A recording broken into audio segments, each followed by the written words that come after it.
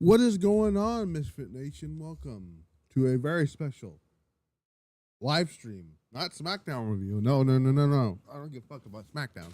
We're going to be doing the 2024 Misfit Wrestling Year End Awards. They wrapped up earlier today, which I should probably pause this video. I don't know why I had the stream up, but we're going to go into the stuff here. To go through everything category wise, all that stuff. I did announce on Twitter that Walker Stewart did end up winning the uh the award for commentator of the year. He had a full 50% of the vote, coming in at number one. Congratulations to Walker Stewart, followed by the legendary Michael Cole, tied in on second place, Ian Riccaboni of AEW and Ring of Honor, and Michael Cole, obviously WWE, and then 10% for Joe Testore. Maybe he might actually get into the top 10 next year. We'll see. We might even get into the top 5 next year. We'll see about that. However, before we do that, I want you guys to hit that like button, comment down below. Do you agree with who won the year-end awards this year?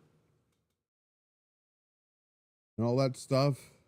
The social medias are down in the description, youtube.com/@MisfitWrestlingPodcast. We're going to go through, first of all, we're going to go through last year's winners for the year-end awards. If you guys know, we did a year-end awards last year. We started doing it in 2022. I believe match of the year for 2022 went to FTR versus the Briscoes.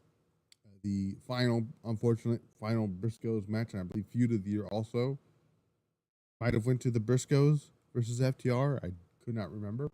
I don't remember who else won awards. You'd have to look on the Twitter pages here somewhere. But last year's year-end awards, we'll go through all of the matches of the year. Last year was won by Kenny Omega versus Will Ospreay from Wrestle Kingdom 17. The worst match of the year went to, unfortunately, God rest his soul, Bray Wyatt and LA Knight from the Royal Rumble. Feud of the year went to Julia and Tam Nakano for their feud in Stardom. Worst feud of the year went to the Outcasts versus AEW's women's division. Overall wrestler last year went to Will Ospreay. And he also won male wrestler of the year. And female of the year, wrestler of the year went to Julia.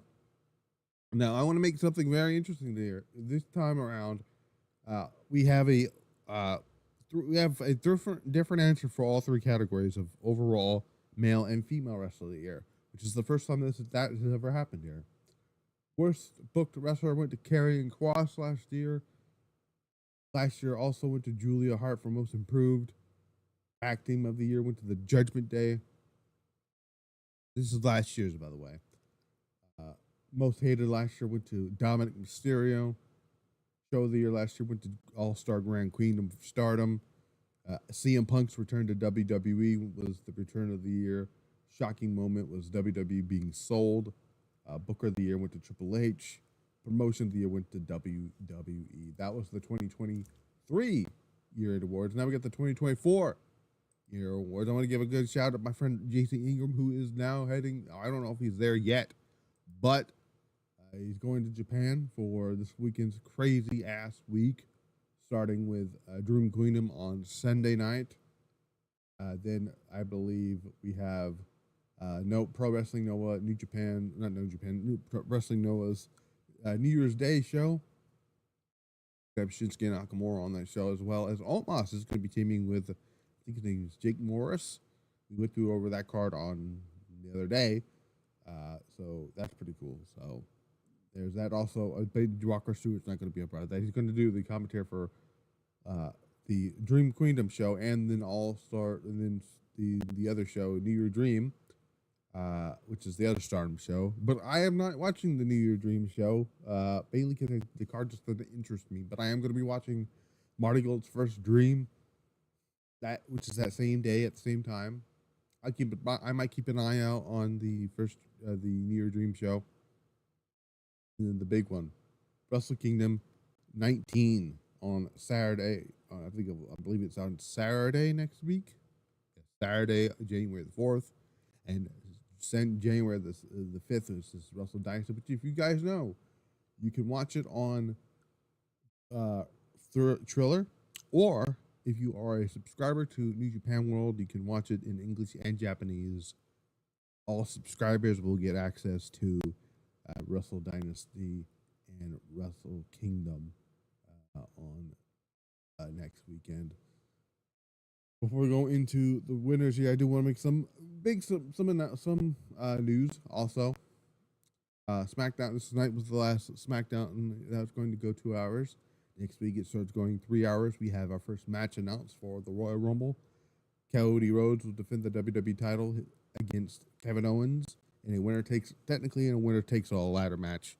So that's the first match announced for for the Royal Rumble. I did break some news earlier today on social media on a big match planned for WrestleMania 41. Match that I have heard about since around Bash in Berlin rather, and that being Rhea Ripley versus Io Sky. That is a match currently on the table. The current match plans for WrestleMania 41 are John Cena versus Cody Rhodes, CM Punk versus Roman Reigns, Io Sky versus Rhea Ripley, the Judgment Day versus the Wyatt Six, and Gunther versus Seth Rollins. Another match being tossed around, being discussed is Jacob Fatu versus Braun Breaker and Charlotte versus Tiffany Stratton. So now, get into the big one, the big meaty stuff here. For those wonder, I will do a review for Stardom's Dream Queendom, maybe later on that night. As always, same thing with Marty Gold's First Dream as well. I'm going to try to see if I can get my friend Jason on there after he's had his show. He's going to be busy I believe he's going to 13 shows. We'll see. We'll see if we can get him on here for some first-hand experiences, because he's going to be there front row for a lot of them. So, again, I hope he has some fun out there. Enjoy yourself, my friend. Now, I was debating what to start the 2024 year-end awards on the stream here, obviously, the broadcast version. And I was thinking about it. I'm gonna get ready to tweet it out here in a second here. And I decided to go with best booked wrestler / faction of 2024. The nominees of said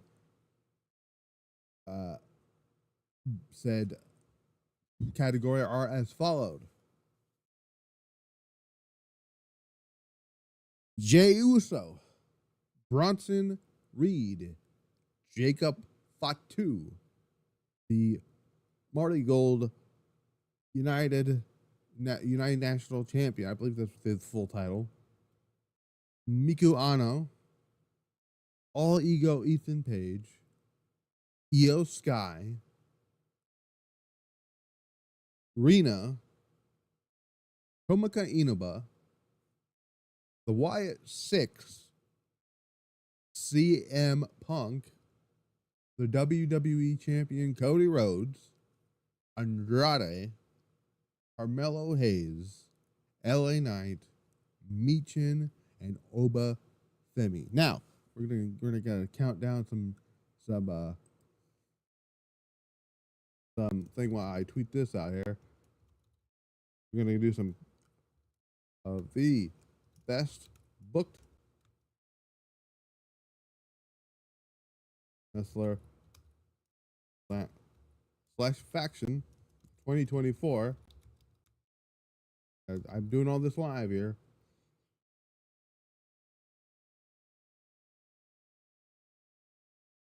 Well, I'm not gonna spoil it here, but you might see it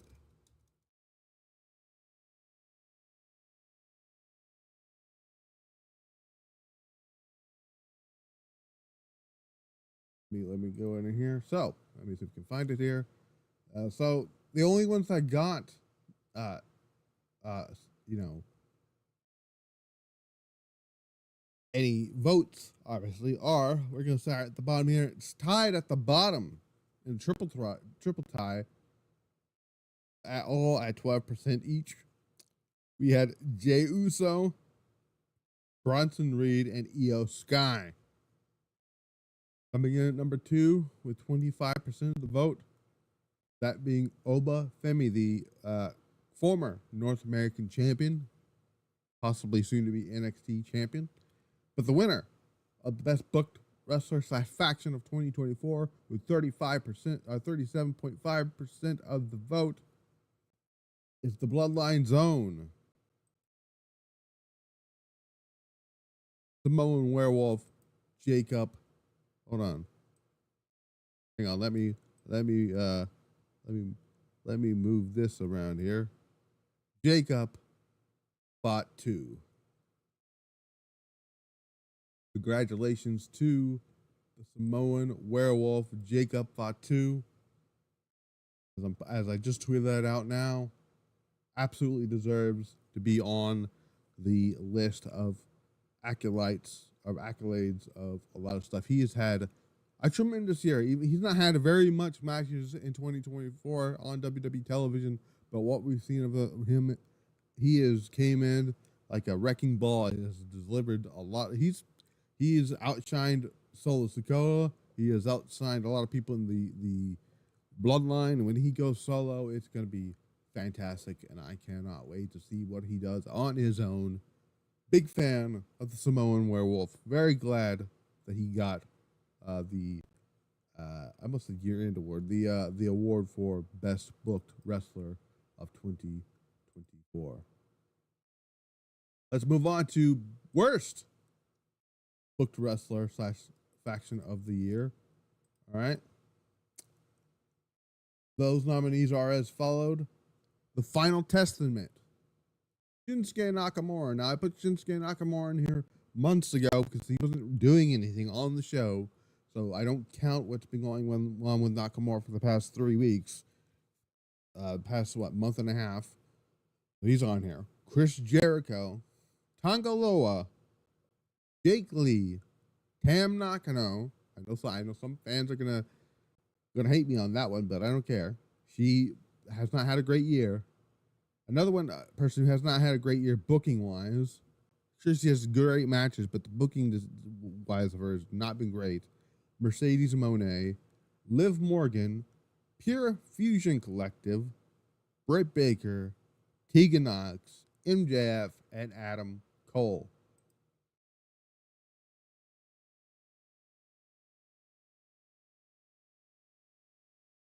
Now, here is who. Well, actually, it was not a lot of people voted here, but tied at second place, 25% of the vote went to Mercedes Moné and the Pure Fusion Collective, but 50% of the vote went to the current Ring of Honor World Champion, that being Chris Jericho.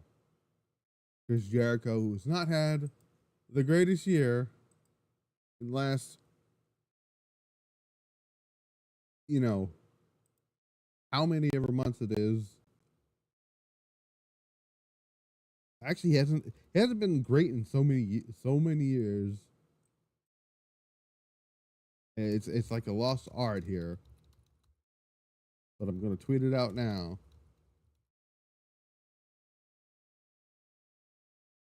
Tweeting this out right now, and there it is. Chris Jericho, fortunately, gets the. Well, Jeff, you might be surprised of how much of AEW. The AEW did win something, believe it or not, but we'll get to that here. Now we're gonna get most improved wrestler of 2024. The nominees of that are as followed. The winner actually surprised me quite a bit here. But here are the nominees for best most improved wrestler of the year. We have Damian Priest. We have here are the nominees, obviously: Damian Priest, Tiffany Stratton, Victoria Yuzuki, Miku Ano, Arena, Hanan, Jacob Fatu, Tomoka Inaba, Asa Inaba, and Chris Danger. Now, a lot of people did vote for this one. Not for this category. Well, they did, but we're gonna look at it here. A lot of people voted. So in third place, triple third place, 9 votes for 9.1 votes for each one of these. Jacob Fatu, Chris Danger, and Damian Priest got the bottom there. Tied at second place is Miku Ano with 18% and Hanan with 18%, and a whopping 36.4% chose. And the winner of that is, believe it or not, she's celebrating a birthday right now in Japan. The former New Blood Tag Team Champion and the best, probably the greatest future Stardom champion they've ever had. That being 1/3 of the sister duo, member of Hate, and the tag team Devil Princess. That being Rena. Wow, this one kind of shocked me. I'm not gonna lie, I thought somebody like Jacob Fatu would win this award again, but he didn't, and I was very surprised by it. But I'm not mad about it. I'm not mad about it here. Rena has had a great year.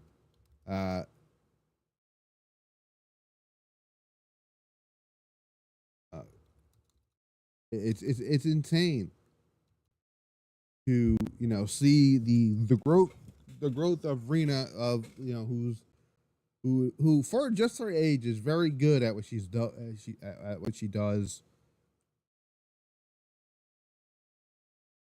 and I cannot wait to see what she does in 2025. Very happy for the Pink Devil herself to get a vote here. I'm actually going to tag her and see if she sees the tweet. But again, happy birthday to Rena, and also Hina, who is also her twin sister. So that is pretty cool. But yeah, Rena, very happy, very pleased. What we got here? So this one's kind of go into the same situation here, back to back here. That being most hated wrestler, faction, whatever you want to call it, of 2024. The nominees are as followed: The Rock, Vince McMahon, Chris Jericho, Max Caster, Drew Gulak, The Final Testament, Oedo Tai / Hate, because now that's what they are now, Solo Sikoa, The Elite, Cora Jade, I almost said Jade Cargill, my bad, Bullet Club War Dogs, and Tekla. Send my friend out for that one. See if he can see that there. So let's go. Let's see if we can find it here. So Cola here. So not a lot of people voted for this one, but at third place with only 1% of the vote being one person that voted, 12% being The Elite. At number 2 with 25% of the vote being Chris Jericho.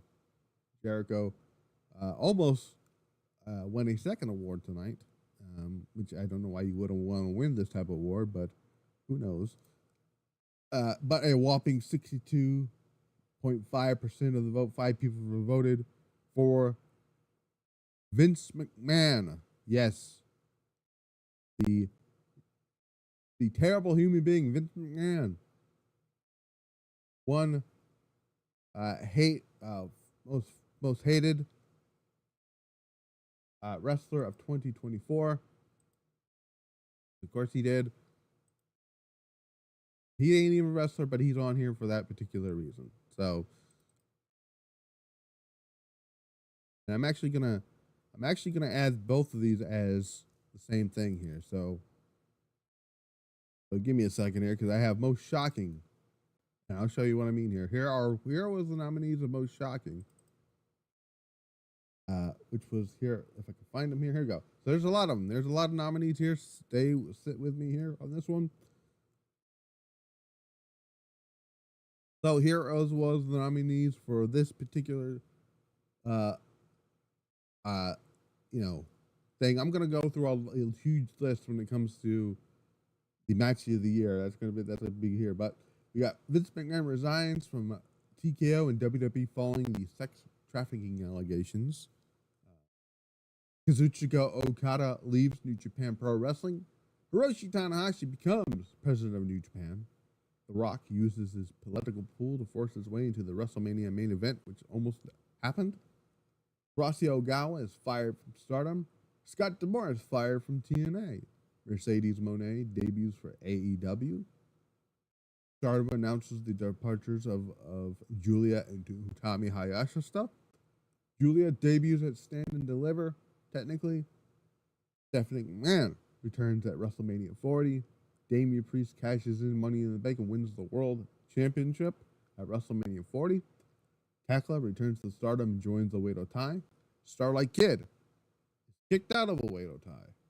Tangaloa returns to the WWE to join the Bloodline at Backlash. The Wyatt Six debuts and causes a massacre on Raw June 17th, 2024. Jacob Fatu debuts and joins the Bloodline on SmackDown June 21st, 2024. The Bloodline turns up Paul Heyman the week after on SmackDown June 28th, 2024. Io Sky announces the dream match with Utami Hayashishita at Marty Gold's Summer Destiny 2024. AJ Styles is announced for the Pro Wrestling Noah show, and I forgot the name of that show, but it was the show the same day as the Marty Gold Summer Destiny show. Stephanie Vickers leaves CMLL to join sign WWE. Josh Alexander turns heel at Slammiversary. Saya Kamatani turns heel and aligns with Natsuko Toro, joining Oedo Tai /Hate. Meiko Satomura announces her retirement for 2025. John Cena announces a retirement tour for 2025 at Money in the Bank. Anna Jay defeats Sardiano in the 5-star Grand Prix.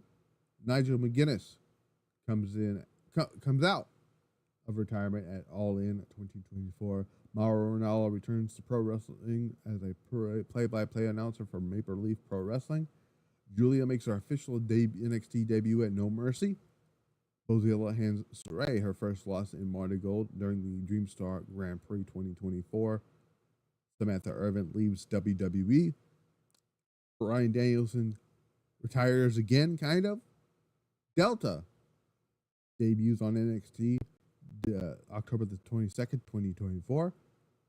Hiroshi Tanahashi announces his retirement for Wrestle Kingdom 20 in 2026. Paul Heyman announces CM Punk as the 5th member for War Games. Chase U disbands, and Shinsuke Nakamura wins the United States Championship at Survivor Series. So that's a huge list of names and all that stuff here. But here is what was picked for you by you guys. So, coming in at number 3 is Chase U disbands. 12% of the vote. I still don't know who the crazy person to obviously do that here. Tied in at number 2 is Nigel McGuinness comes out of retirement at AEW's All In, and Saya Kamatani turning heel to join Oedo Tai.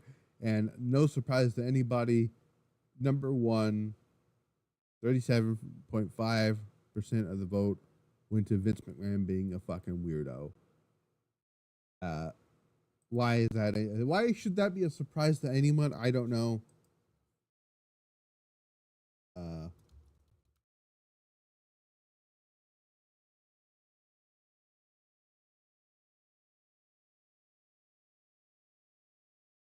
It's Vince McMahon. He is a piece of shit, piece of garbage.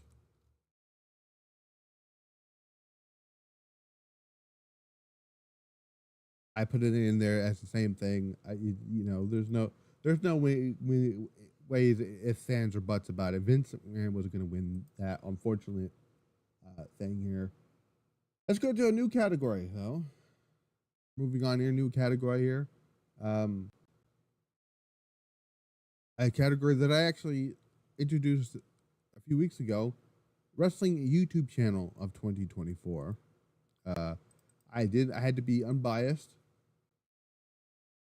because if I put my name in here, wouldn't have mattered. So here's the nominees for Best Wrestling YouTube Channel of 2024.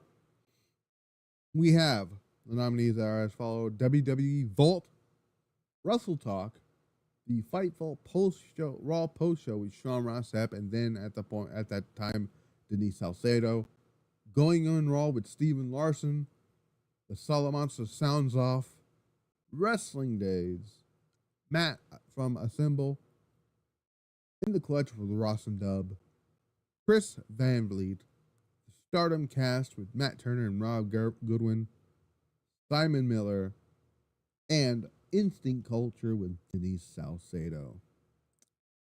Now,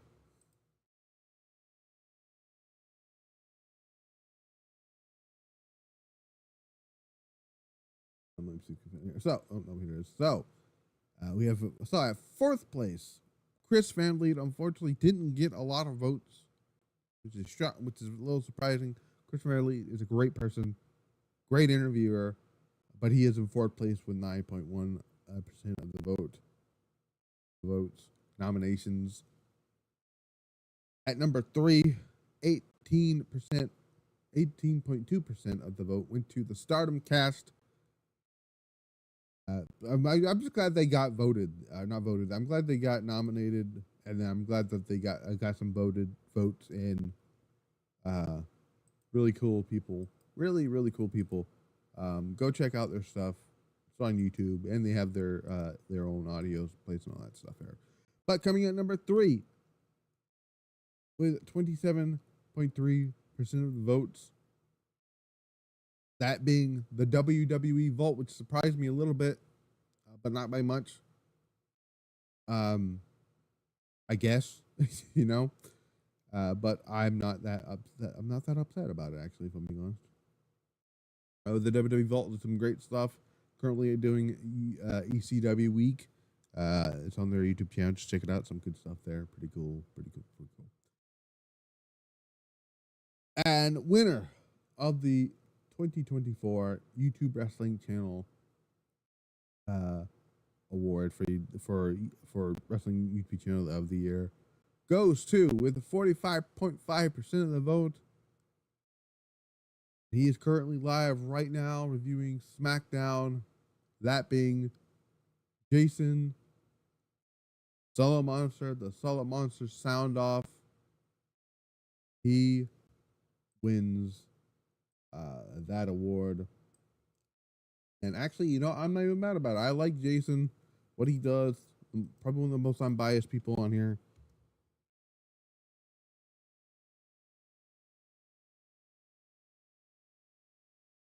I love what he does. I love what he brings to the table when he does his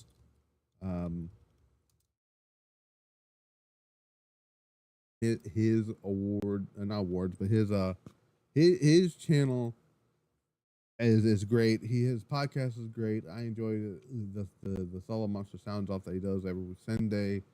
I'm curious on how he's going to do Wrestle Kingdom and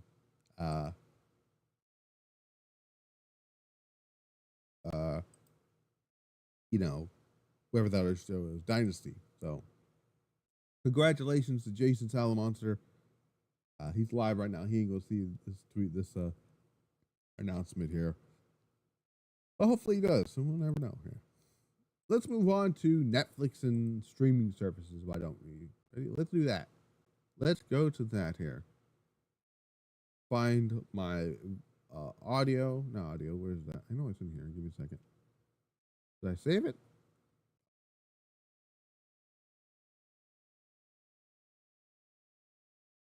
Do I not have it in here? Did I not save the damn thing? All right, so I'll have to make a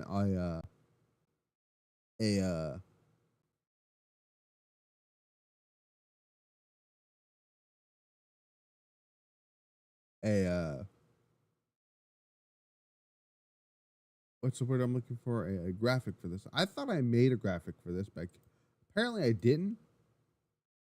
Um, so apologies in advance, but this is for and I'm actually gonna put this up in when we get to that. But I'm gonna set up the other one up here first.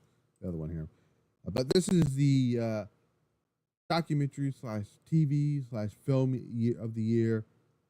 The nominees were as followed: The Queen of Villains, a series about Joshi legend Dump Matsumoto. That is the show on Netflix. I think it's a 9-episode series. A movie I don't think a lot of people have seen, but it did get nominated. That being The Runaway Wrestler, about a film about the Stardom's Mayu Iwatani. We had Dark Side of the Ring season 5. Who Killed WCW? WWE Legends Eddie Guerrero. WWE 24 Damian Priest.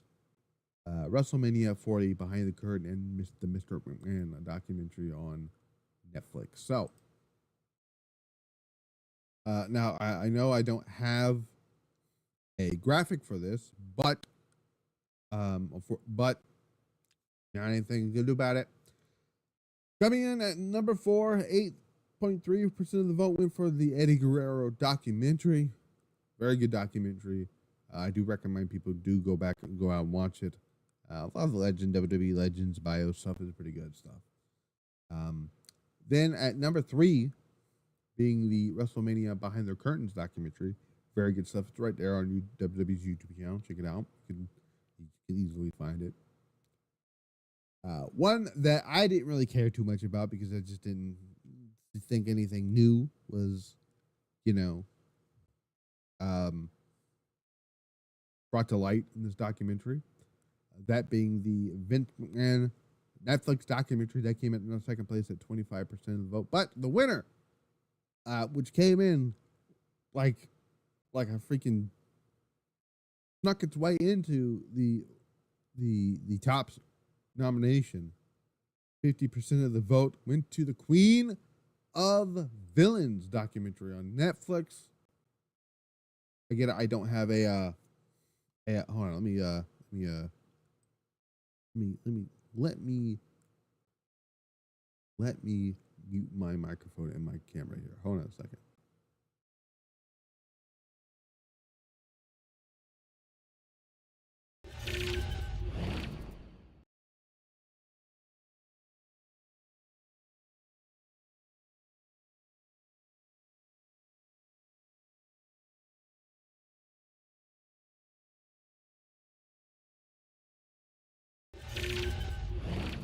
Sorry about that. My nose is a little stuffy now. It's been cold and stuff like that. But anyway, my camera is kind of slanted there. Here we go. There we go. I fixed it. But again, like I said, I don't have a graphic for that. I should make one. I don't know why I don't have one. I thought I had made a graphic for that, but I do not. But congratulations to Queen of Villains. Much deserved. A very good documentary. Check it out on Netflix. Good stuff. Another new category announced for this one is called Finisher of the Year. A lot of good name, a lot of good finishers in here, but only one came away with the victory here. Here are the nominations for this particular category. You have Suzu Suzuki's Tequila Shot, Hangman Page's Buckshot Lariat, Will Ospreay's Hidden Blade, Bronson Reed's Tsunami, Io Sky's Over the Moonsault, Drew McIntyre's Claymore, Braun Breaker's Spear, Rhea Ripley's Riptide, Swerve Strickland's House Call, Micah's Michinoku Driver 2, which is also known as the Micah Driver, and Momo Watanabe's Peach Thunder. Now, only two votes And what I mean by that, only 2 things were voted for. That being 20% of the vote went to Braun Breaker's spear, and it's a great spear, fantastic spear, but a whopping 80% of the vote, of the nominations of the votes, went to Suzu Suzuki and her tequila shot. Man, I tell you what, when I first saw this move, when I was first introduced to Suzu Suzuki and I first seen this move, I was blown away by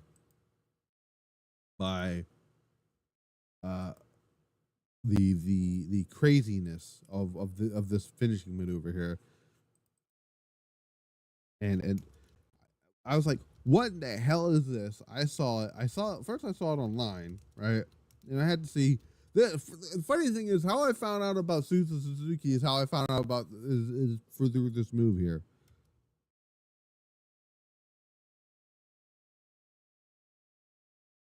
And I gotta see if I can find. See if we can.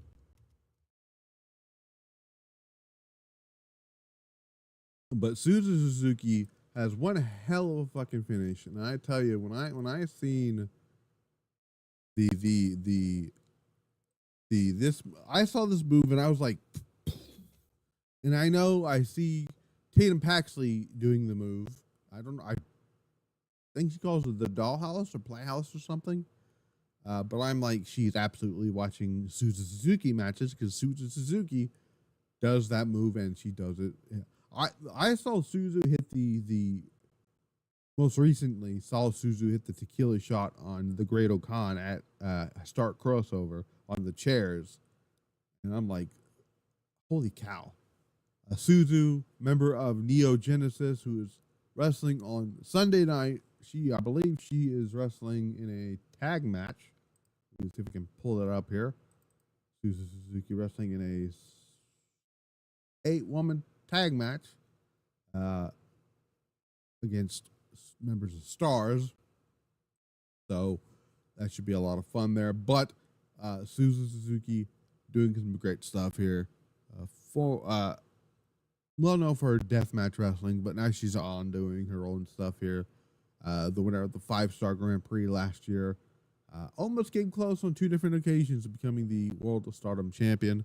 She's a former Gods of Stardom champion with May Sarah. So some good stuff on that end here. So yeah, good stuff on that end. I think it's pretty cool. All right. Let's see what we're going to go through here. Let's go to, we're going to see what we're going to go through here. We're going to go through another new category, Hater of the Year. A category that was basically invented by Drew McIntyre.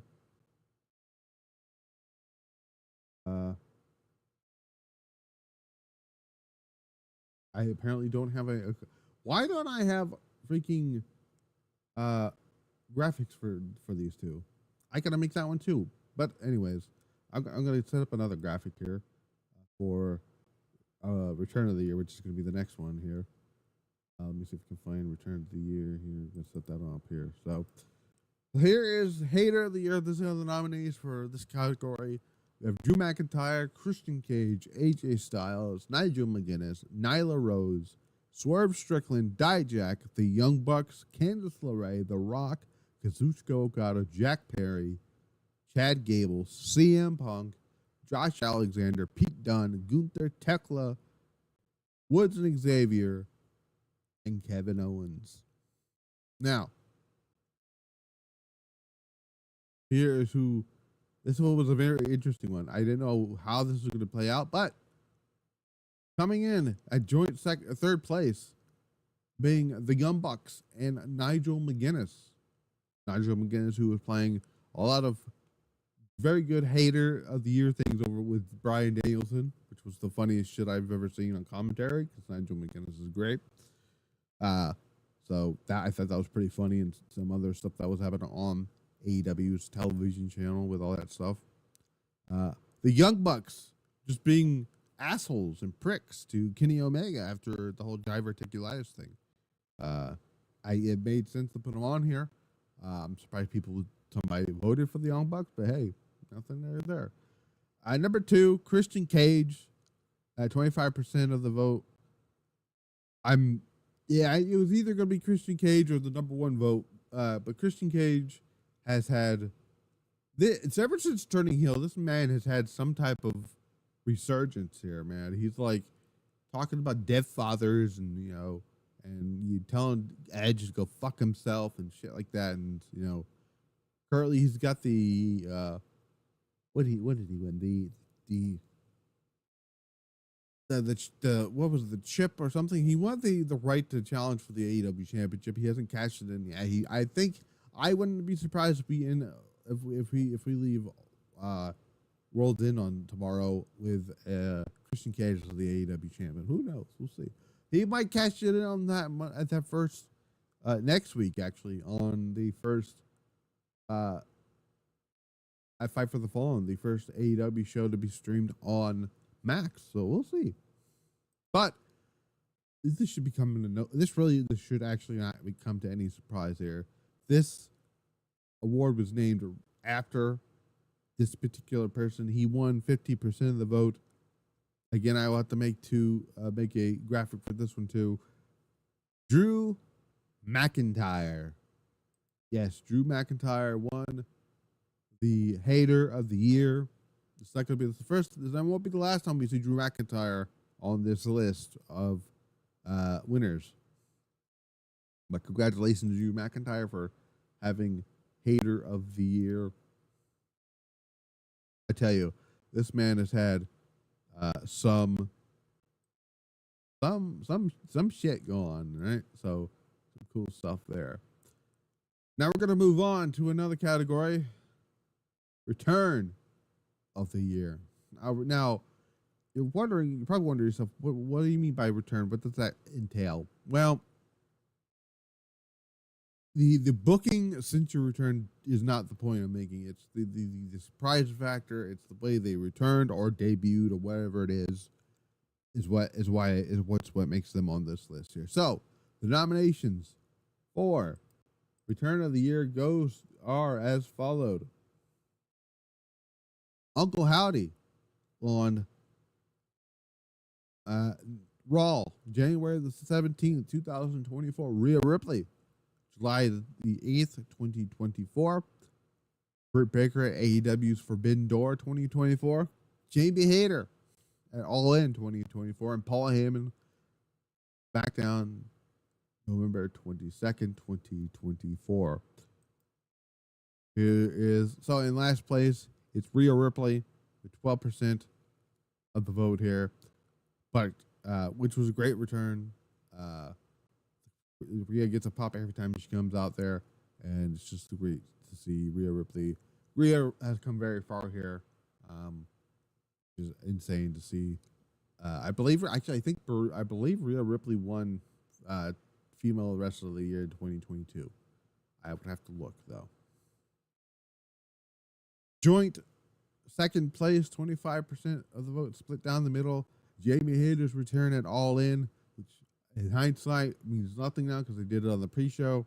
And then Paul Heyman's return on SmackDown when he introduced the fifth member being CM Punk to War Games. Man, I tell you, that was some good stuff. I loved that reveal. I just love the fact that Paul Heyman is somewhat back on television screens, and we'll see more of that next coming into 2025 when we get to the WrestleMania and the match with CM Punk and Roman Reigns. But the winner of Return of the Year, 37.5% of the vote goes to Bo Dallas and Uncle Howdy. Bo Dallas, Uncle Howdy, Return of the Year. As I mentioned, this is the reason why this is on here. I'm just going to label it as the White Six here, but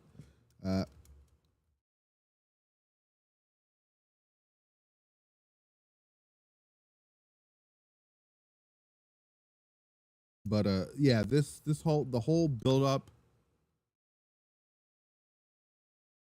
to the Wyatt Six and everything that happened with it was fantastic. But it's something. But the Uncle Howdy stuff, the QR codes, everything. We knew this is when this whole thing started at the end of the Bray Wyatt documentary, Becoming Immortal, with the whole Uncle Howdy stuff, and then like the Raw after WrestleMania, we had the Nightbird song play during commercial breaks, and we were trying to figure out like, well, I can't. We knew it was for Uncle Howdy, and then we called it the Nightbird campaign and all this stuff here.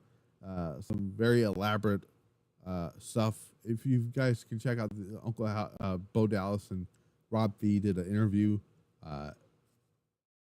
talking about how all these things came together here, what inspirations took and stuff like that. We now know the location of the therapist house was Rob Fee's house. So I'm just gonna assume that was Rob Fee's like wife or something that was doing the therapy sessions with what was assuming to be Uncle Howdy. But yeah, the way they introduced Uncle Howdy, revealed him, was great stuff. And sure, the Wyatt Six to me has lost a little bit of luster, but it's still doing some good. It's still they're still over but it's you know what I mean. All right, so next up, let me see what we're going to introduce next here. Let's save some of the big things for last here. Let's go do. Let's do tag. Let's do that. Let's do tag team of the year. Let's do tag team of the year, which thankfully I do have a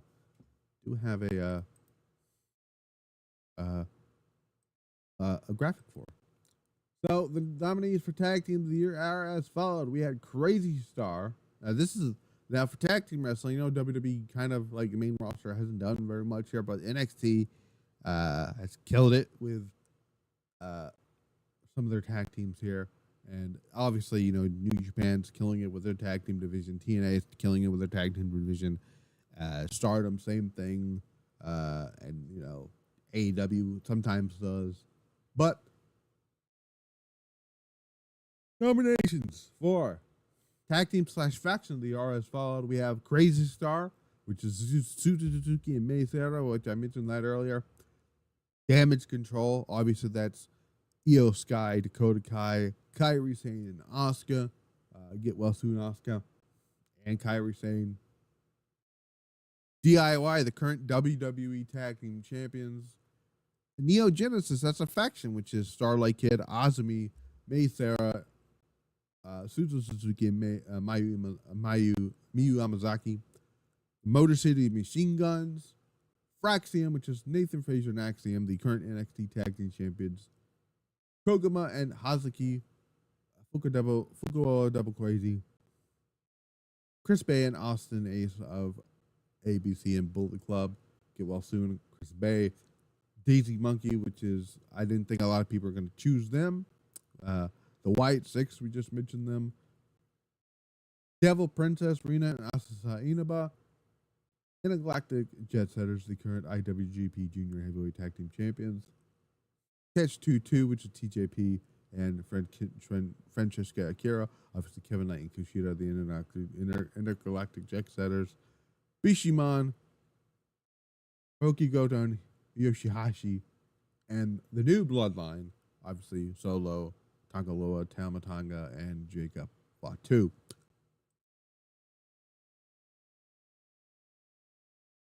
And now let me see if I can find here we go.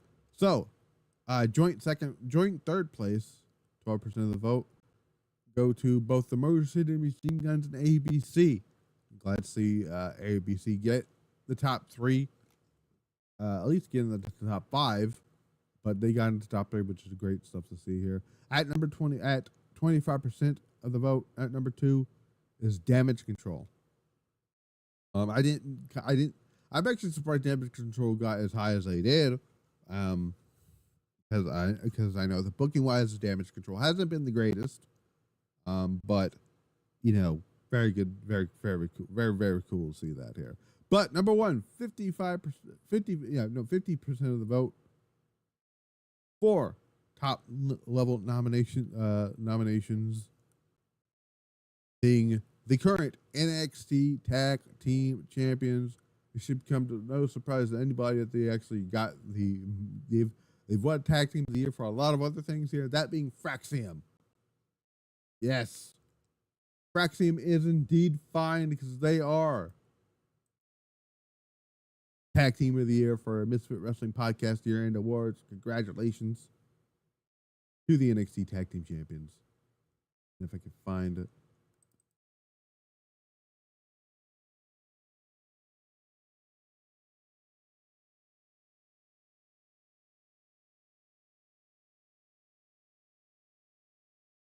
The year. I'm tweeting it out right now.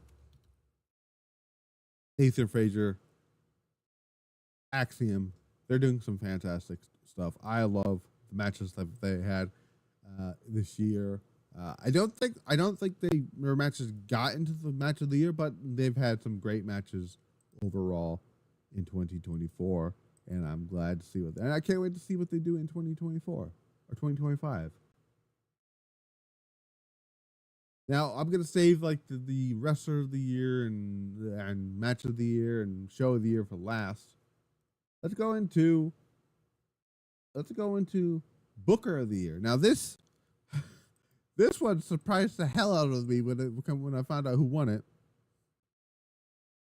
So here is who is nominated for Booker of the Year.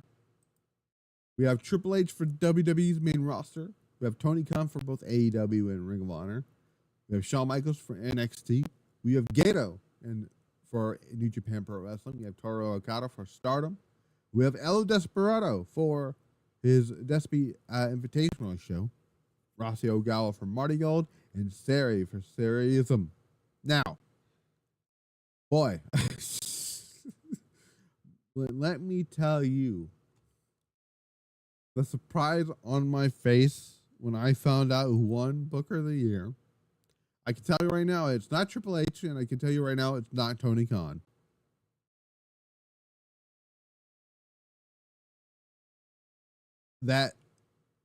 So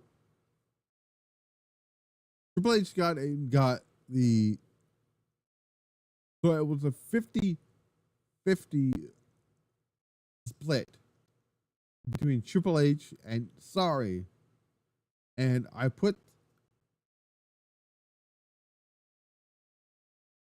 was trying to figure out like what I was going to do here, and before I went with it 50, because originally it was 50-50, and then all of a sudden, out of nowhere, another vote came in, and just out of nowhere, it became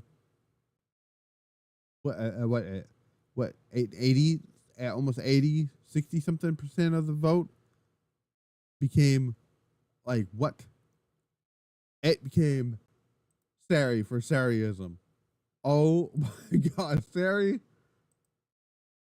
won Booker of the Year, and I'm not even bad.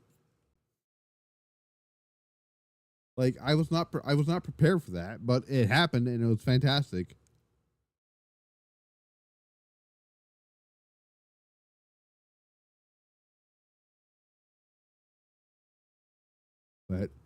But she has put on some banger shows this year. She's put on banger shows this year. I don't know how this happened. Like it was crazy. Congratulations, Sarah. We're not even. This is not going to be the first time you see Sarah on this list, by the way, or not the last time you're going to see Sarah on this list. We'll talk about that in a little bit because she is nominated for both female and overall wrestler of the year. Promotion of the year. I'm gonna go ahead and go into that one as well.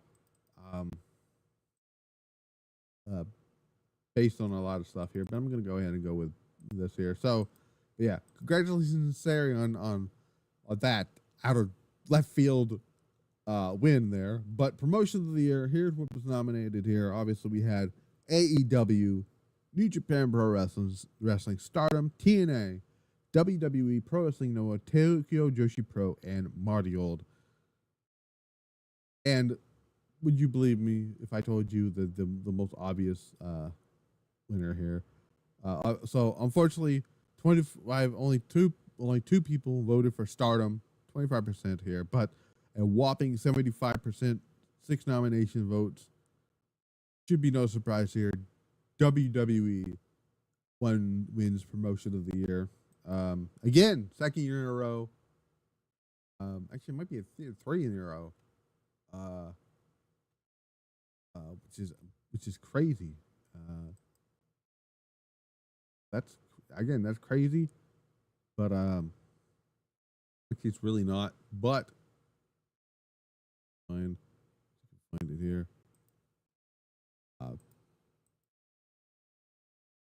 So congratulations to WWE. I don't know if you heard, but they're on fire right now. They keep telling you this all the time.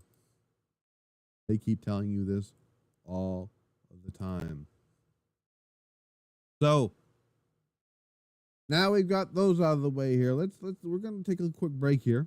Because next up we're gonna go into the big stuff here, like show of the year and match of the year and wrestler of the year and all that stuff here. We're gonna start that off with a show of the year. But before we do that, let's go to a break here. Because guess what's out now? Iron Roses and their album Steamheart Chronicles. Check it out. Of the Misfit Wrestling Podcast is brought to you by Steamheart Chronicles, the new album by the all-female Japanese steampunk metal band Iron Roses. Featuring epic tracks such as Iron Will of the Heart,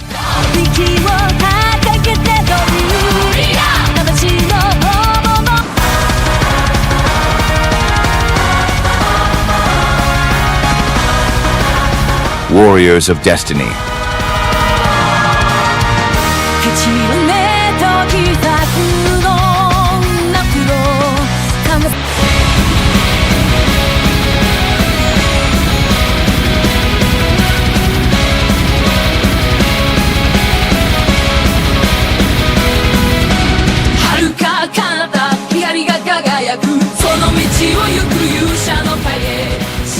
Journey of the Brave,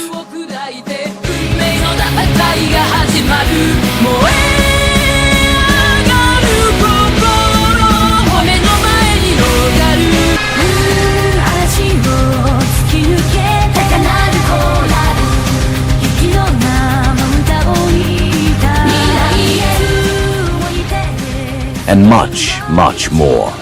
Pre-order Steamheart Chronicles by Iron Roses, available on December 27th on Bandcamp.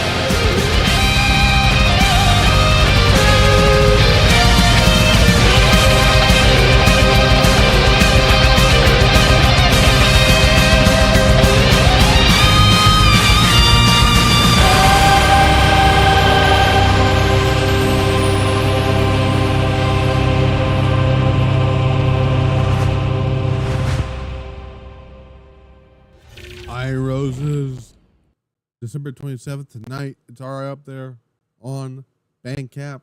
Order that now. You get the bonus track of Break the Chains. Great album, fantastic stuff. Loving it. What else I love is first of all, how you guys doing tonight? Did you guys have a wonderful Christmas? I should tell you this is my first show after Christmas.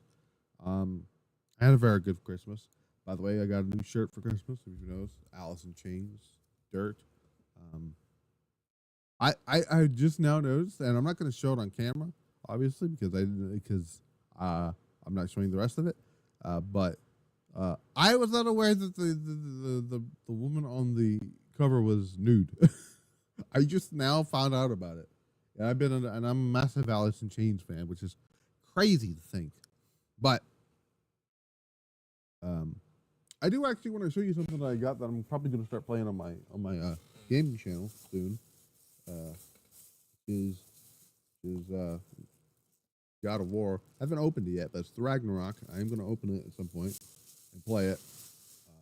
But that's for down the road. Anyway, show of the year. This one was a tough one for a lot of people. For me, I voted for show of the year. I voted for this one. I voted for maybe 2 categories. That's about it. Everyone else voted for other stuff. But show of the year, something I wanted to see what would get in here. I don't remember what I chose. But here are the nominations for show of the year. We have Wrestle Kingdom 18 from January 4th, 2024. We had Teenage Hard to Kill on January 13th of 2020. Hold on a second. I want to make sure I have that date right here. Give me a second here. 2024. It was 24. Okay. I had to make sure I had that on here correctly. Hold on, let me fix that here. 2024. Okay. We had AEW's Revolution, March 3rd, 2024. We have Raw from March the 25th, 2024. That crazy ass episode with The Rock beat down Cody Rhodes. That's on here. WrestleMania Night 2 from WrestleMania 40 Night 2. April 7th, 2024. AEW Dynasty, April 21st, 2024. Stardom's All-Star Grand Queendom, April 27th, 2024. WWE Backlash from France, April the 4th, 2024. New Japan's Despy Invitational Show from June the 10th. NXT Heatwave, July 7th, 2024. Marty Gold Summer Destiny, July 13th. 2024. Raw, August the 5th, 2024. This is the first Raw. This is the last Raw that we've seen with Pat McAfee and Michael Cole as a commentating duo until they go to Netflix. This show was mainly visited by the in-ring debut of the Wyatt Six against American Made.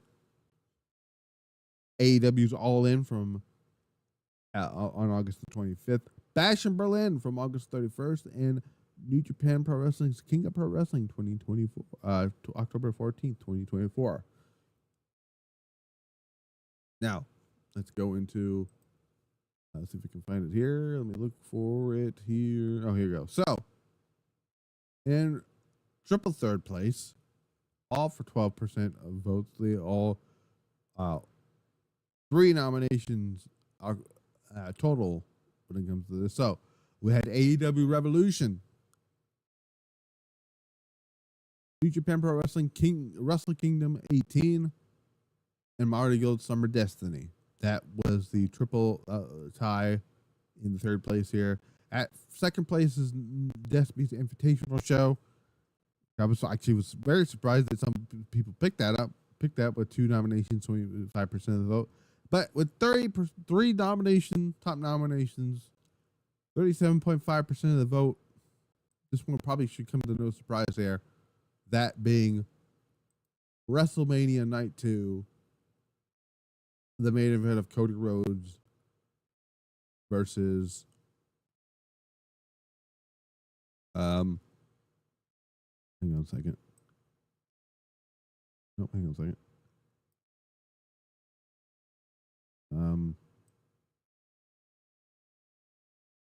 There we go. I had to move that. I had to move that out of the way there. Yeah. No surprise here.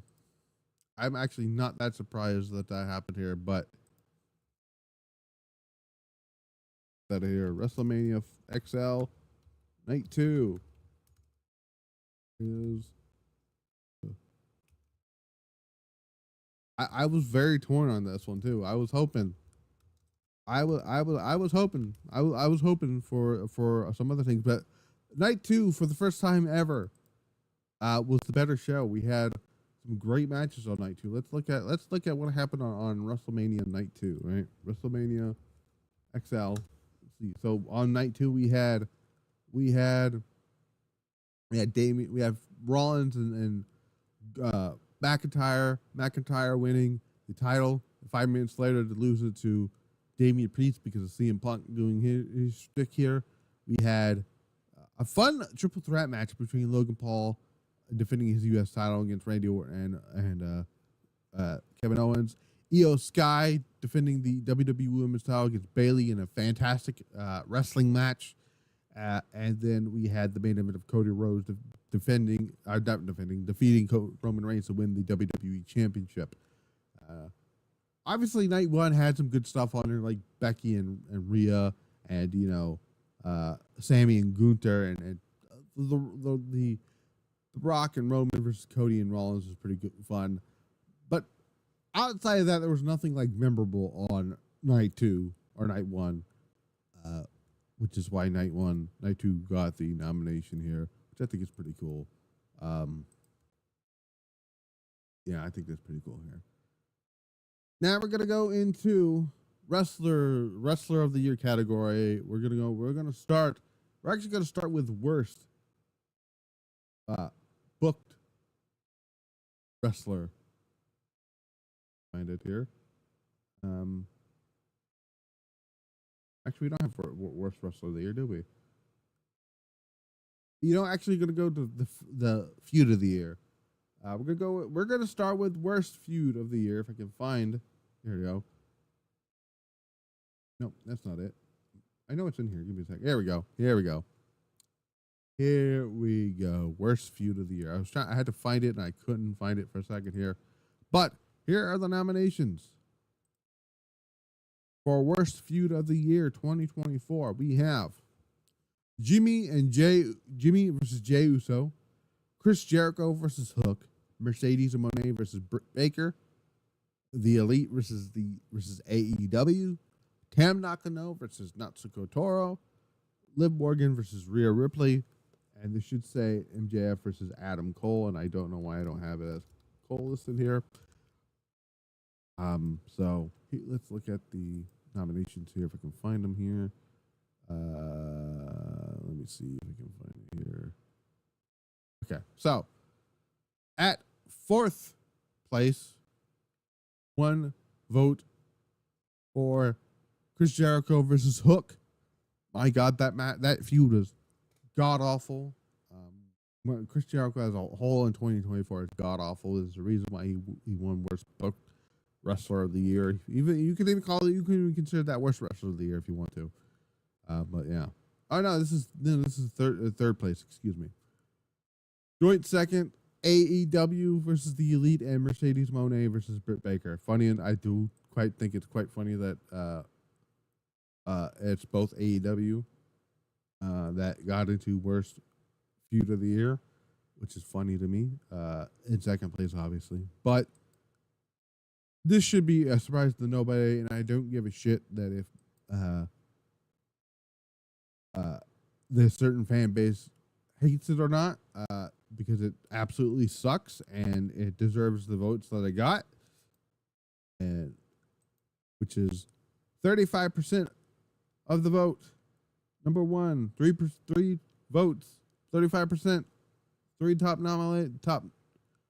top level nominations for worst feud of 2024 are as followed, and that being Liv Morgan versus Rhea Ripley. My God, if there was ever a feud that I needed to end, this is it. And I'm so glad that January the 6th is the end of this shit.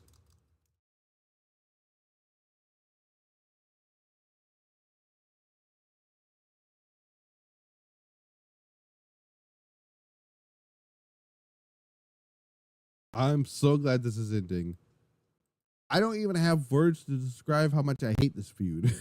I'm so glad it's ending on January 6th, and we're moving on to Rhea versus Io at WrestleMania, and I'm just ready to get there for that. I don't want to spend time talking about this anymore, so let's go to not match of the year, feud of the year. Now this one, I originally thought it was another feud, but actually when I went back to go look at it, I had to make a second graphic because I had the wrong feud in there as the winner.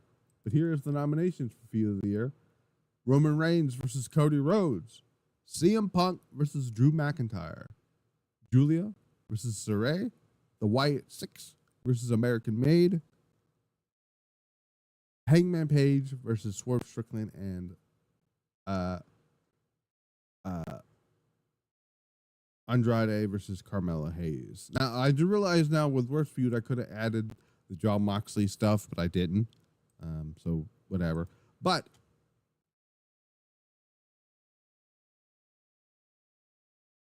number 3, only one person voted for it. If you really think about it, wasn't that great of a feud. I put it on here because I needed to be fair. That being Cody Rhodes and Roman Reigns got the top number 3. Number 2, with 37.5% of the vote being the one that I actually thought was the winner when I looked at it the first time, that being CM Punk versus Drew McIntyre, did not win Feud of the Year because the Feud of the Year went to 50% for top level nominations. That went to AEW's, I think AEW's only win on this entire thing of Swerve Strickland versus Hangman Page. And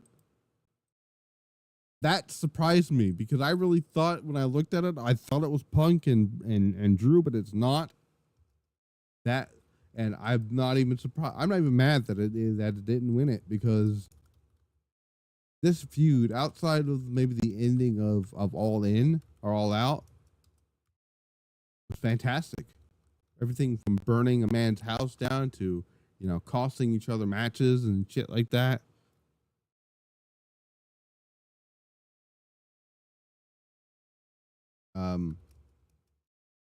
So that surprised me. I was not expecting that to be where it was for feud of the year. That one caught me off guard, and I'm actually very, very happy that it did. Now we're gonna go into the Wrestler of the Year categories. First, we're gonna go with female Wrestler of the Year. Now, this one was an interesting category. The winner stuck in at the last second. But here's the nominations for Female Wrestler of 2024. The nominations are as followed: Mayu Iwatani, Micah, Timeless, Toni Storm, Saray,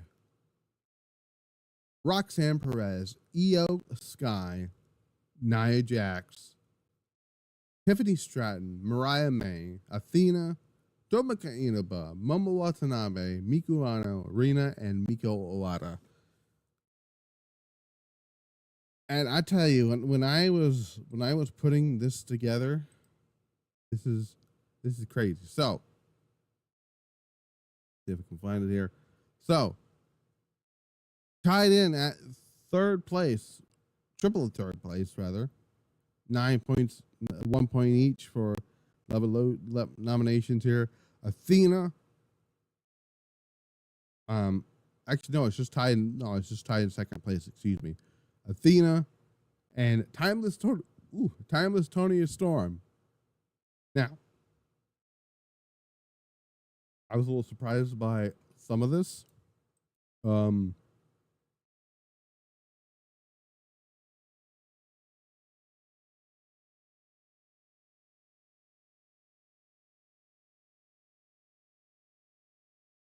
Let me tweet this. Actually, I'm not tweeting out yet, but I am going to get the tweet ready.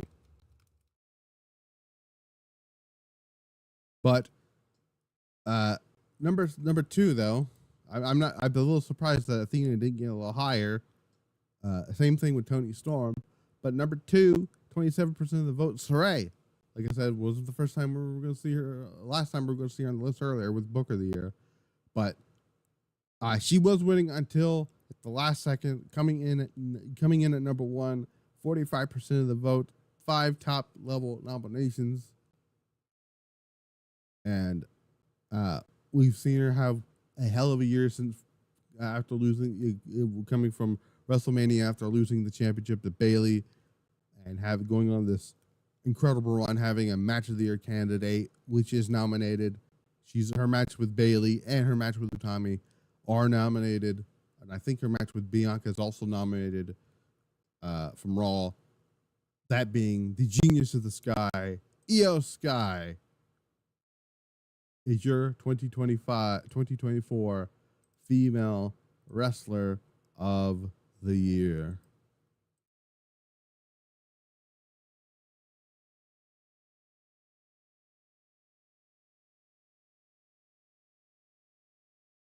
And I tell you what, when that one came to a surprise, came to a shock to me that she was going to win. I didn't think she was. Listen, selfishly I wanted her to win, but I didn't really think that was going to happen. But again, her votes came in the last second, and I think her votes came in due to them wanting her to win the 2024 or 2025 Royal Rumble, which she's currently one of the favorites to win it and get that match with Rhea Ripley at WrestleMania. So very good, very cool to see one of my absolute favorites. Hopefully she has I hope she has an even better 2025 than her 2024 run. Male Wrestler of the Year. This is a good one here. We have a lot of nominations here. We're going to go through them right now. We have Drew McIntyre, Christian, Cage, Will Ospreay, Bryan Danielson, AJ Styles. The first few months that he had that career resurgence thing here. Swerve Strickland, Braun Breaker, Ilya Dragunov prior to his ACL injury. I think it's ACL injury. Kaito Kiyomiya, Gunther, Damian Priest, Konosuke Takeshita, Bronson Reed, Zack Sabre Jr., Yota Tsuji, Hiroki Goto, Shingo Takagi, Obafemi, and Jacob Fatu. Now, not a lot of people voted again for this one. Only 8 votes. Only 8 people voted. But at number 3, a little surprised by this one being so low on the list when it comes to the top 3. The current IWGP World Champion, Zack Sabre Jr., only 12% of the vote for 3rd place. But at joint 2nd place, we have Konosuke Takeshita and Swerve Strickland. So that's pretty cool. I love seeing Swerve do his thing. He had a great year. Even though he was the AEW champion, I think he still had a great year. Konosuke Takeshita had a fucking a fantastic run in the G1 this year. I'm hoping he retains the championship against Will Hobbs if we get that. I'm waiting. So I'm so excited for that match with Shingo at Wrestle Kingdom. So that should be good here. But the winner, 37.5% of the vote. This should actually come to no surprise to anybody. The current world heavyweight champion, the Ring General, Gunther. Yeah, it had to be Gunther. I know probably people said Cody Rhodes, but come on now. I don't think Cody Rhodes was. Cody Rhodes, sure, he had. I don't know. Just something about Gunther has had a.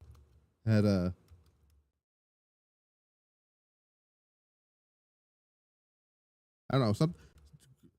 Has had a great year. I don't know what it is. Gunther has had some good stuff here. You had that fantastic match at WrestleMania with Sami Zayn, which is on this list here. The match he had at Bash in Berlin with Randy Orton, and the King of the Ring match he had with Randy Orton. He had a really good match with Cody Rhodes at Crown Jewel, even though he lost via roll up. But the matches he had prior to losing the Intercontinental title to oh my God, who was it? Chad Gable and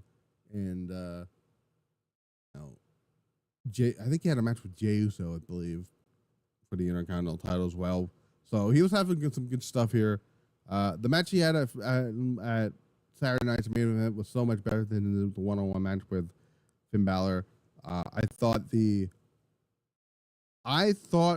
SummerSlam match with Damian Priest was pretty good. A lot of people think it's fantastic, but it was pretty good and all that stuff here. That's when he won the world title. But Gunther had some great matches in the King of the Ring tournament too, with like Sheamus and Kofi Kingston. So Gunther, I think, has had a great fucking year, and very glad to see Gunther get some stuff in as that here. Now, overall, wrestler of the year. This is where I said we've had 3 different winners for each category. So here are the nominations for overall wrestler of the year. Overall wrestler is both the genders, male, female, whatever the gender is. You are if you had a great year, you're in the overall conversation for 2024. The nominations are as follows: Drew McIntyre, Will Ospreay, Bryan Danielson, Cody Rhodes, Micah, Mayu Iwatani, Io Sky, Saray, AJ Styles, Konosuke Takeshita, Gunther, Damian Priest, Swerve Strickland, Roxanne Perez, Zack Sabre Jr., Hiroki Goto, Miku Ano, Rina, and Mika Iwata. And I'll tell you what, the overall winner of wrestler of the year was a surprise to me.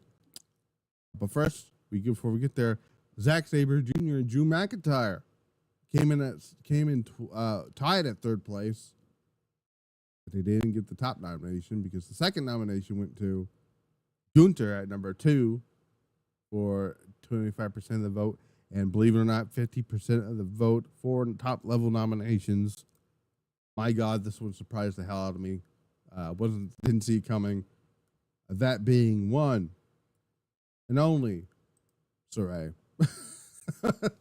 Man, I it just surprises me that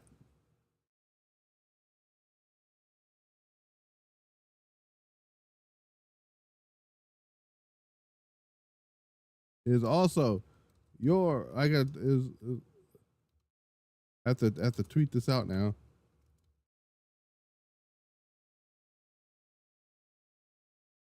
She's had a phenomenal year. I mean, she has so many fucking titles. It's not even crazy. She has the Marty Gold World title. She has the Skabon World title. There's maybe a few other ones that she has here. She has a Match of the Year 2025 contender coming up.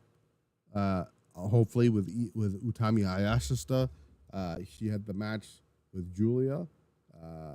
One of Julia's final matches in Marty Gold. She's just ever since being WWE, she's been having this career resurgence, and these matches I think she had a match with Kyrie and all this stuff here. The match she had this year with Mayu Iwatani, which is nominated for Match of the Year. We're gonna get to that in just a little bit here. But congratulations to Saray for Match of the Year. Not Match of the Year. Overall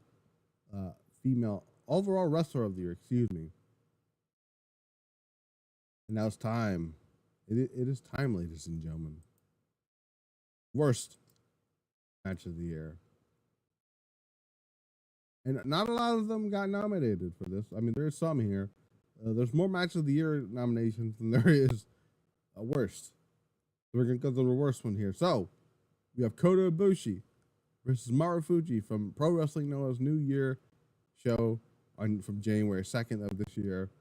We have El Desperado versus Show for the IWGP World Junior Heavyweight title from New Japan Pro Wrestling's New Beginning in Sapporo. Also, the next three matches are from New Japan servers. New Beginning in Sapporo. Evil versus Shota Umino for the Never Openweight Championship. Hiroshi Tanahashi versus Matt Riddle for the TV title. We have Billy Gunn versus Jay White from AEW Dynamite. Jay Uso versus Jimmy Uso, WrestleMania Night 1. Hook versus Chris Jericho for the FTW title, Dynasty. Liv Morgan versus Becky Lynch, the Steel Cage match from Raw, which was at the time Becky Lynch's last match in WWE. Jon Moxley versus Takeshita. Jon Moxley versus Tetsuya Naito from Forbidden Door. Sherry versus Konami from Stardom's Sapporo Wonder Reverence Renderers show. I think I'm probably butchered that. I apologize. Tetsuya Naito versus Jake Lee from the G1 Climax. Evil versus Sonata from the G1 Climax. Io Sky versus Sonya Deville. Which, if you really think about it, it's Sonya Deville's last singles match that she's ever had on WWE. Mercedes Moné versus Britt Baker from All In. Natsuko Toro versus Tam Nakano from the 5-Star Grand Prix Finals for the world title. Natsupoi versus Tekla from Nagoya Golden Fight for the World of Wonder Storm title. Liv Morgan versus Rhea Ripley from Bad Blood. Doki versus Sho from King of Pro Wrestling. El Fantasmo versus Hiroshi Tanahashi and Shota Umino versus House of Torture from King of Pro Wrestling. Jade Cargill and Bianca Belair versus Jakara Jackson and Lash Legend. The SmackDown from October the 11th, 2024. Nick Nemeth versus Joe Hendry at Bound for Glory. The Bloodline versus Roman Reigns of the Usos from Crown Jewel. And Nia Jax versus Liv Morgan versus Crown Jewel as well. Now, not a lot of people voted for this one particularly because there's only one winner here. Number 2, 37% of the vote went for Jimmy versus Jey Uso. The winner. Rightfully so, by the way. Because the going into this match was he was all broken the hell up. Kota Ibushi versus Marufuji from Pro Wrestling Noah. Oh my god, man. Oh god. If I were to tell you that Kota Ibushi had started the year off with one of the worst match of the year, you would look at me and tell me what is wrong with you? It's Kota Ibushi. Well, not 2024 Kota Ibushi. It's not.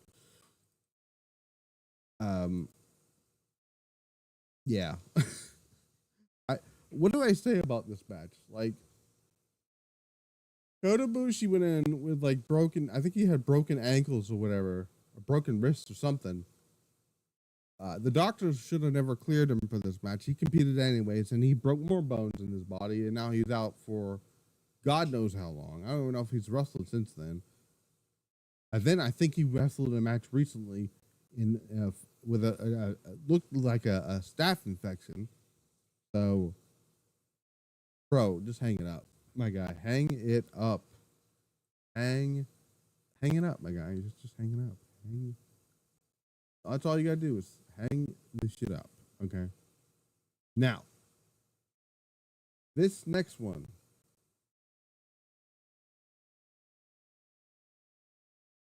There's a lot of matches to go through. Final one final, the final. Uh, the final category, that being match of the year. And my God, I'm probably gonna been so before I continue with this, I want to let you guys know that next year I'm gonna do it. I'm gonna separate the men's and women's matches, so it's gonna be its own category for men's matches and women's matches of the year. So just want to pre-warn that, as I mentioned in notes here, there are two matches from last year's Dream Queendom eligible for the 2024 year-end awards. It's going to be the same way for the 2025 year-end awards. Any match from Dream Queendom this Sunday and possibly World's End will be a part of, which I'm almost positive the finals of the Continental Classic is going to make it onto there next year. But same thing. So here are the nominees. There are, gosh, how many nominees are there? There are a total of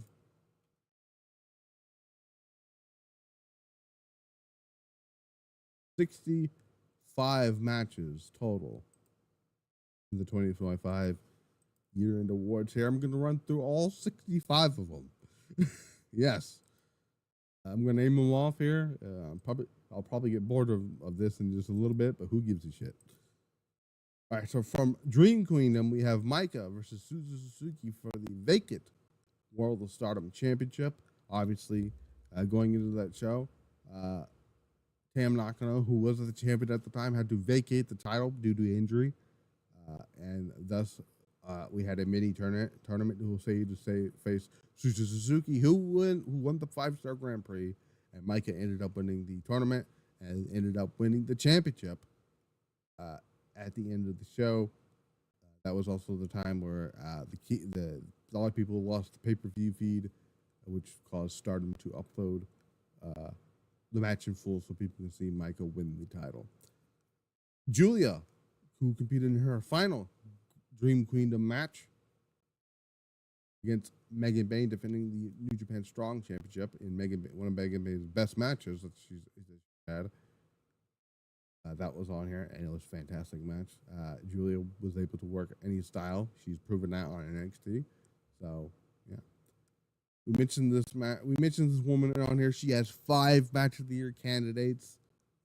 Did she win any match of the candidate? Any of the matches?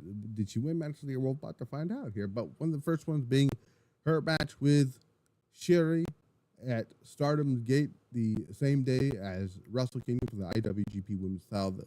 That being Mayu Iwatani. Hiromu Takahashi versus El Desperado for the Junior Heavyweight Championship at Wrestle Kingdom 18.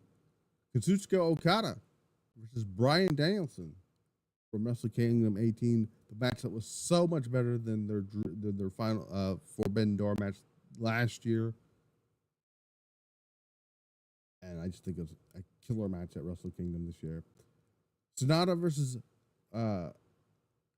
Naito for the IWGP World Championship. Obviously, Naito won the G1 Climax last year to get the match at Wrestle Kingdom 18 to finally be able to do the roll call at the end of Wrestle Kingdom, which was a beautiful thing to see, with the packed Tokyo Dome saying the roll call, Los Ingobernables de Japón. The triple threat match from Hard to Kill. TNA, Chris Sabin defending the X Division Championship against El Hijo del Vikingo, and Kushida, again, Russ Easy Vikingo, who keeps getting injured, apparently. Same thing with Bandito. Bandito's out injured, too. Sucks to be Bandito there. Josh Alexander versus Alex Hammerstone, also from Hard to Kill. It was a great match. Shingo Takagi versus John Moxley from Battle in the Valley. I think that was a never openweight championship match, but I'm not entirely sure. From the same show, Kazuchika Okada versus Will Ospreay was the last time those two wrestled each other in New Japan, and they're probably going to wrestle each other on Saturday night in the finals of the Continental Classic, and it should be a banger. Mei Sarah defended the high-speed title against Hazuki at Stardom Supreme Fight on February the 4th.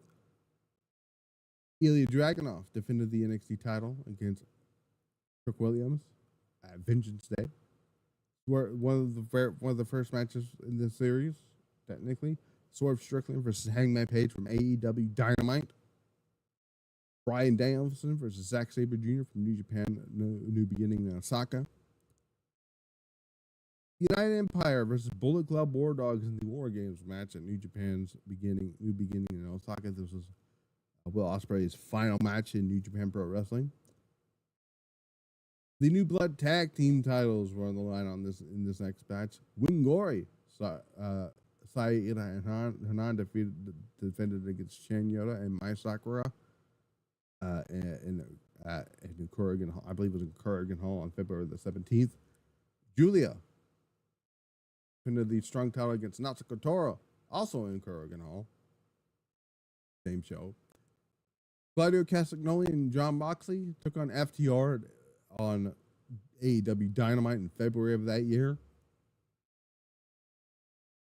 Shingo Takagi versus Taichi from New Beginning in Sapporo. Imperium versus New Day in a street fight from Raw, February 26, 2024. Again, we're going to be here for a while, guys, so stay with me here. Eddie Kingston versus Bryan Danielson for the Continental title at Revolution. Konosuke Takeshita versus Will Ospreay from Revolution. This was Will Ospreay's first match in AEW as a full-time AEW talent. Sting's retirement match when he teamed with Darby Allin versus the Young Bucks. Revolution. Great stuff there. Micah defended the World of Stardom title against Utami Hayashishita, which was Utami's last ever match. Not last match in Stardom, but last shot at the World of Stardom title before her eventual departure to Marty Gold. Miyu Yamashita defended the Princess title against Miyu Watanabe at Tokyo Joshi Pro's Grand Princess event in March. Gunther versus Sami Zayn for the IC title on night 1 of WrestleMania. Io Sky, first of many Io Sky matches on this list. Versus Bayley from WrestleMania. Roman Reigns versus Cody Rhodes from WrestleMania. Kazuchika Okada versus Pac for the Continental title at Dynasty. Ospreay versus Danielson from Dynasty. Mayu Iwatani, we're back to hear her again, against Sarai from All-Star Grand Queendom. Micah versus Momo Watanabe from All-Star Grand Queendom. This will not be the first appearance of Momo Watanabe on this list. El Hiro del Dr. Wagner Jr. versus Kaito Kiyomiya from Pro Wrestling known as Wrestle Magic Show. Kevin Owens and Randy Orton versus Solo Sikoa and Tama Tonga from Backlash. Cody Rhodes versus AJ Styles from Backlash. May Sarah and Suzuki of Crazy Star versus Hazuki and Koguma for the tag titles in Stardom on May 5th, 2025. Marigold's Phil Forever show had Utami Hayashishita and Julia versus Sarai and Bozella. Bryan Danielson versus Shingo Takagi from Forbidden Door. Swerve Strickland versus Will Ospreay from Forbidden Door. Utami Hayashishita versus Io Sky from Marty Gold's Summer Destiny. Swerve Strickland. I missed. Hang on a second. We're almost done here. Will Ospreay versus MJF from AEW Dynamite, the 1 hour match. The match almost went an hour. Zack Sabre Jr. versus Yota Tsuji from the G1 Climax Finals. Swerve Strickland versus Bryan Danielson from All In. Mercedes Moné versus Momo Watanabe. The second appearance of Momo Watanabe on this list. On this nominations for Match of the Year. From Capital Collision. Hina makes her first list on here. It's Hina versus her sister Rina for the Future Stardom Championship during the 5-star Grand Prix, night 12. Cody Rhodes versus Kevin Owens from Bash in Berlin for the WWE title. CM Punk versus Drew McIntyre, the strap match from Bash in Berlin. Mayu Iwatani and Sarai versus Hashimoto and Vinny from Seriesm Chapter 5. Will Ospreay versus Pac from All Out. The White Six versus American Made in the street fight. Io Sky versus Bianca Belair, Raw, September the 16th. That was the night. That was the night where they had that random ass banger. Thanks, Ash. Welcome to the podcast. I'm reading off the nominations for Match of the Year, which is a long ass list.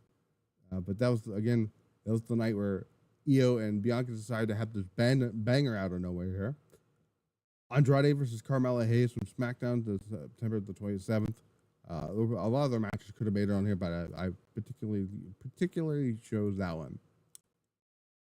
Utami Hayashishita versus Mai Sakurai from the finals of the Marty Gold Dream Star Grand Queendom. No, Dream Star Grand Prix finals, excuse me.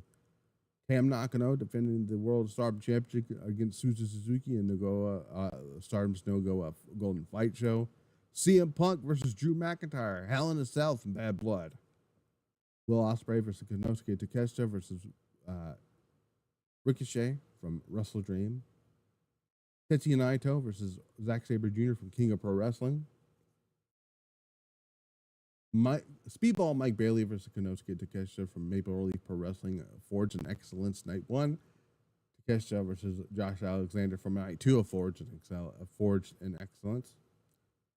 Jordan Grace versus Masha Slamovich from Bound for Glory. Mayu Iwatani versus Mayu Iwatani and Momo Kogo versus Saya Kamitani and Kunami during the Gods of Stardom Tag League tournament. Mayu Iwatani versus Momo Watanabe from Historic Crossover 2. Will Ospreay versus Kyle Fletcher from Full Gear. And Meiko Satomura versus Mika Uwada from the Sendai Girls. That was a long ass list that I went through there. But there can only be one Match of the Year. And in triple third place, we have Naito versus Zack Sabre Jr. for King of Pro Wrestling, where Zack Sabre Jr. won the world title after winning the G1 Climax this year.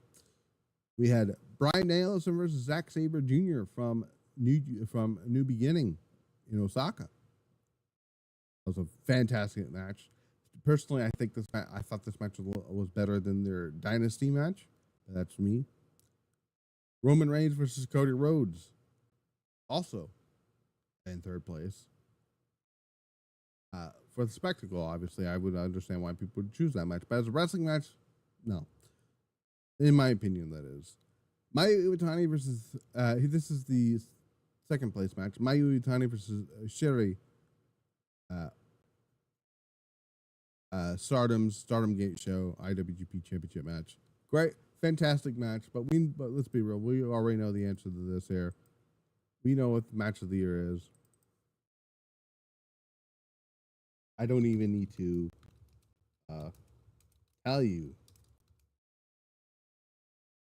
what it is. It is probably WWE's best match of the year.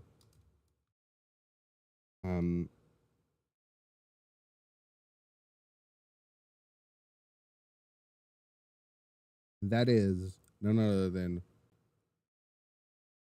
CM Punk versus Drew McIntyre, Bad Blood, Hell in a Cell. That had,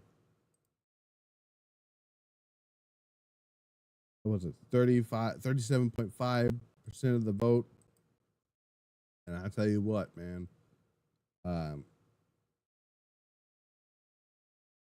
this was something that this was something I was interested in many years ago, like many months ago. I was like, they're absolutely going to go to Wrestle King, not Wrestle Kingdom, to a double, not a double. What's the word I'm looking for? A trilogy. We saw SummerSlam. We saw Drew McIntyre pick up the win here in a decent match, though. Nothing too fancy there. I didn't think they were going to blow our guns away on that match here.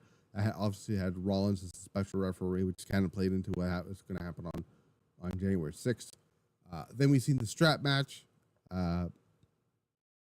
with CM Punk, because with and Drew McIntyre at Bash and Bland. They were kind of teasing it there. And the only match, Punk won that one.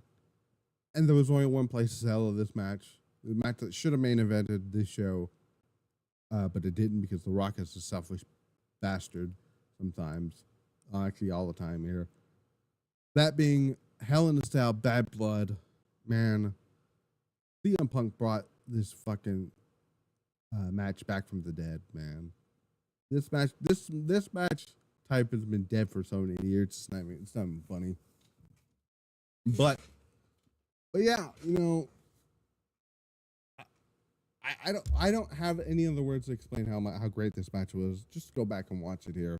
And that, my friends, is the full 2024 year-end awards. And I'm gonna get some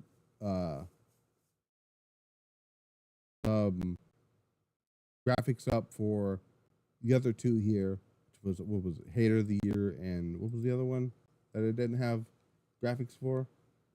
I had another one, graphics for that one, and some other one here too. What was it? Let me see if we can find it here.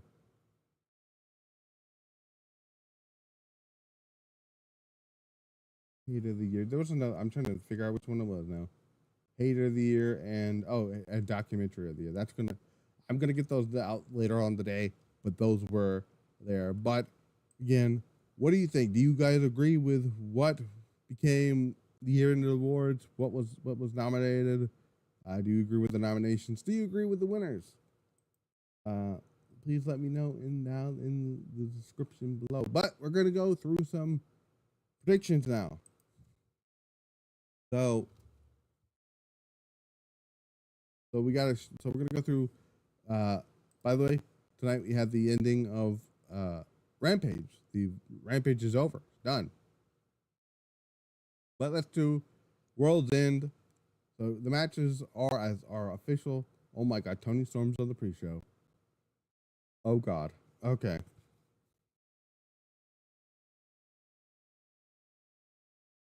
Jeff Jarrett's probably going to be QT Marshall. Tony Storm is going to be Layla Gray.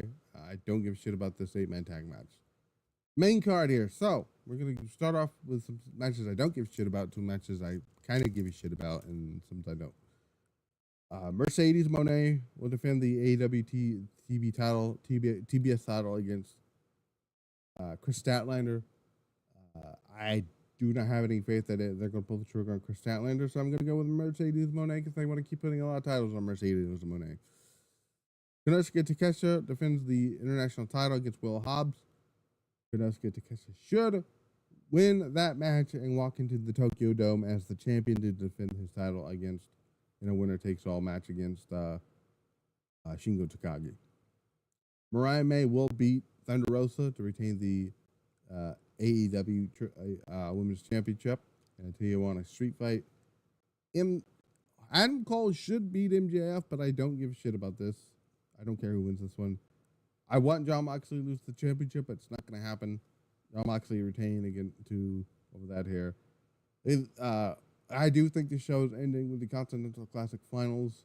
I think Will Ospreay is going to beat Kyle Fletcher. Will Ospreay is the runner-up in the Gold League. He's going to beat Kyle Fletcher to go into the finals, and Kazuchika Okada, who's the reigning Continental champion, is going to be the winner of the Gold League. Ricochet will get Will Ospreay versus Kazuchika Okada in the finals, and I think Okada is going to retain the Continental Championship, and then that's when Kenny Omega comes out at the end to set up the eventual match between Omega and Okada, number 8 or 7, I don't know. It might be an Okada 6, I don't know. For AEW, possibly at like Grand Slam or Revolution, because I don't see them holding that out till July or June or whatever they're doing. Not All In. What's that show called? Oh my god. No, All In. But when is All In happening? So yeah. I don't care about your dream though, so I'm not really going to uh do that one here. So Noah, the New Year 24. I'm not even gonna go through that card again, so I don't care about that. So Dream Kingdom on Sunday from the Ryogoku Kurigan Hall, Ryogoku Kurigan Sumo Hall. We have 10 matches announced for this show. Nothing has so far. Nothing has changed here. Ina Mizori and Aya Sakura can take on Chi Chi and Matoi Hanabe. Hanabe. I'm gonna go with obviously Katsumi Games will get the win here. We have a three-way tag match here. Mihi Shirakawa, Hanako, and Wakatuki and Rian are going to take on Godzaya's Sakakashima Hina, Lady C, and Tomika Inaba. And hates Rina, Asusa Inaba, Ruaka, and Fukujitsu. I'm sticking with Hate to get the win here.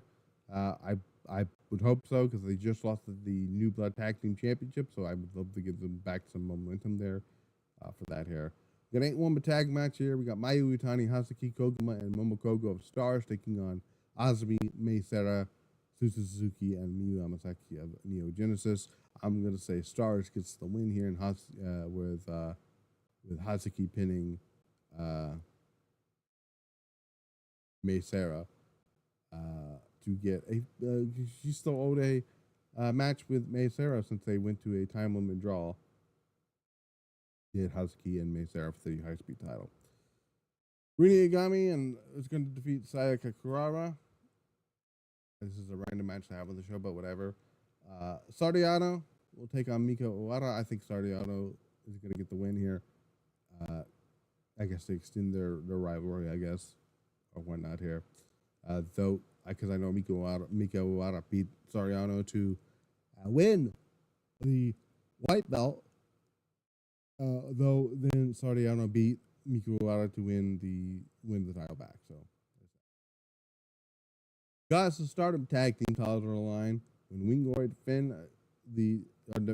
challenge Momo Watanabe and Tekla, who obviously Wingori won the Goddess of Stardom tag league, and they're gonna get this match here. Wingori is gonna win here, and I still think we're going towards that Momo Watanabe face turn.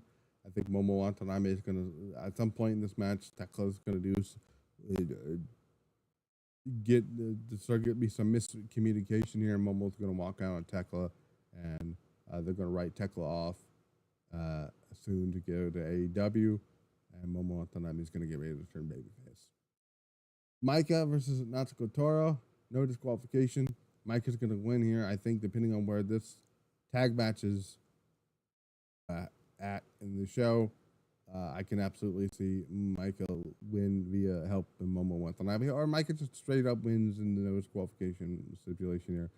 But I don't think regardless of where this tag match takes place, it's not gonna be the last time we see Momo Watanabe on the show. Konami versus Sherry in a submission or knockout only match here.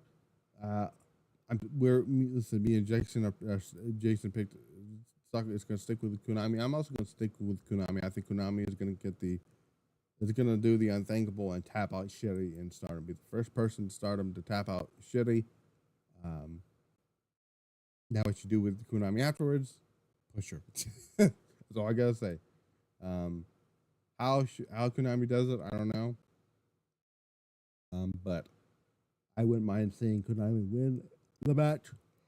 One of Sherry's submission moves. We'll see. But hopefully this is better than their match at in Sapporo earlier this year. That's all I gotta say here.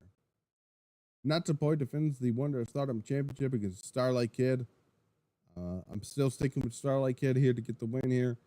It's time to put another singles title on Starlight Kid. She absolutely deserves one of the two major titles And one of my predictions for next year is Azumi and Starlight Kid main eventing a Stardom pay-per-view for either title. And it starts with Starlight Kid winning the white belt.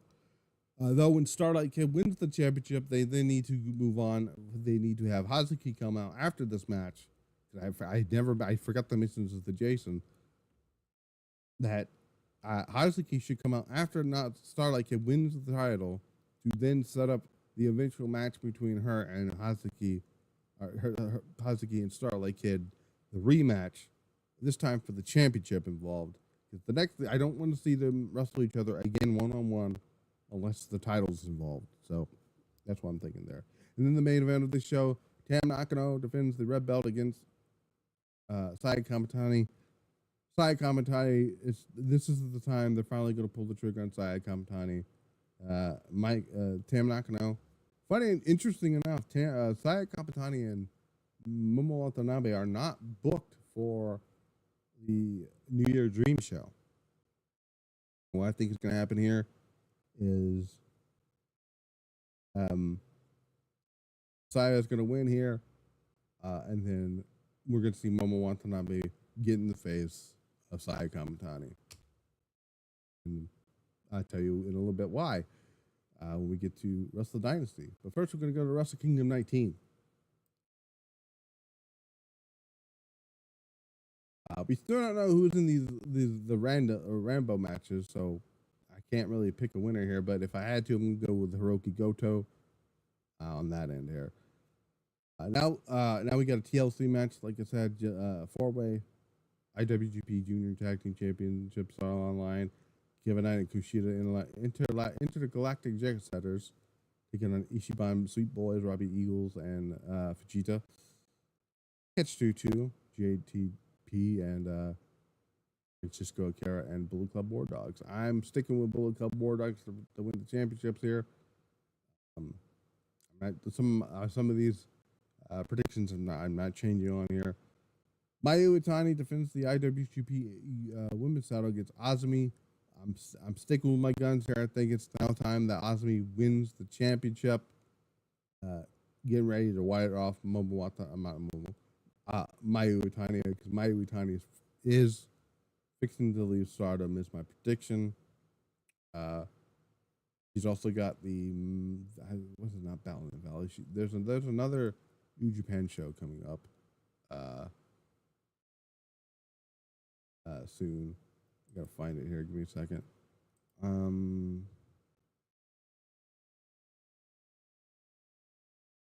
like, what is the name of that show that's coming up? New Beginning. Is it Fighting Spirit Unleashed? Is that the name of the show?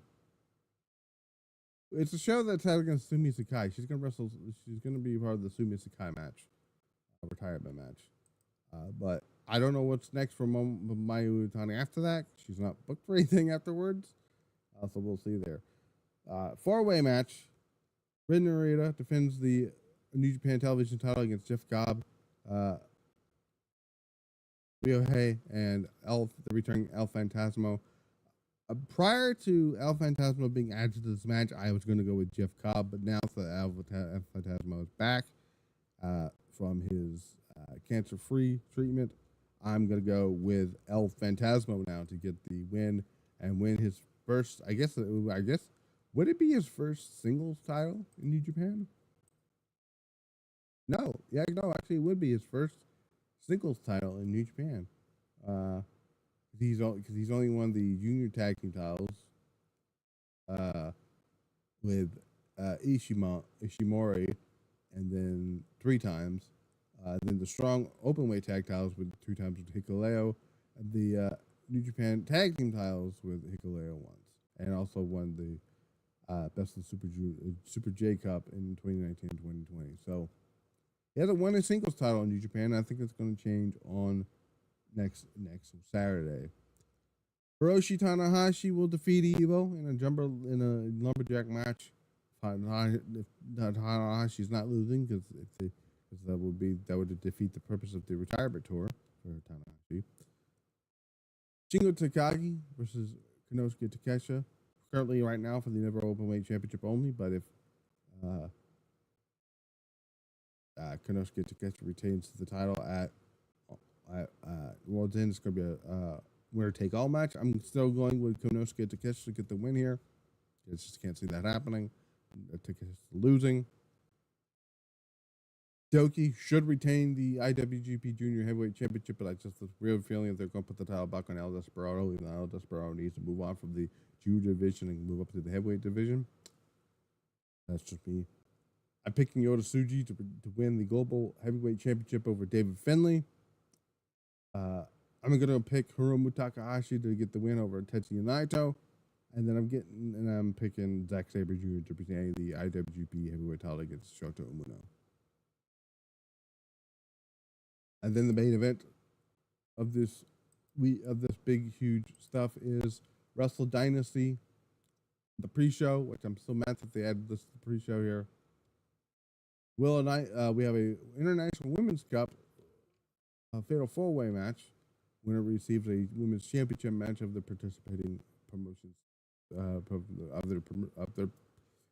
their choosing. Representing AEW's Willow Nightingale, representing CMLL is Professor Sony. Sorry if I butchered that name. Athena will represent Ring of Honor, and Momo Watanabe will represent Stardom. Originally, I had Willow Nightingale.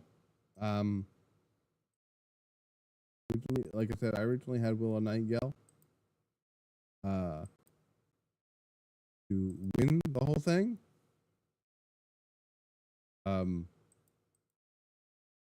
But not happening. Well, it could absolutely happen, but now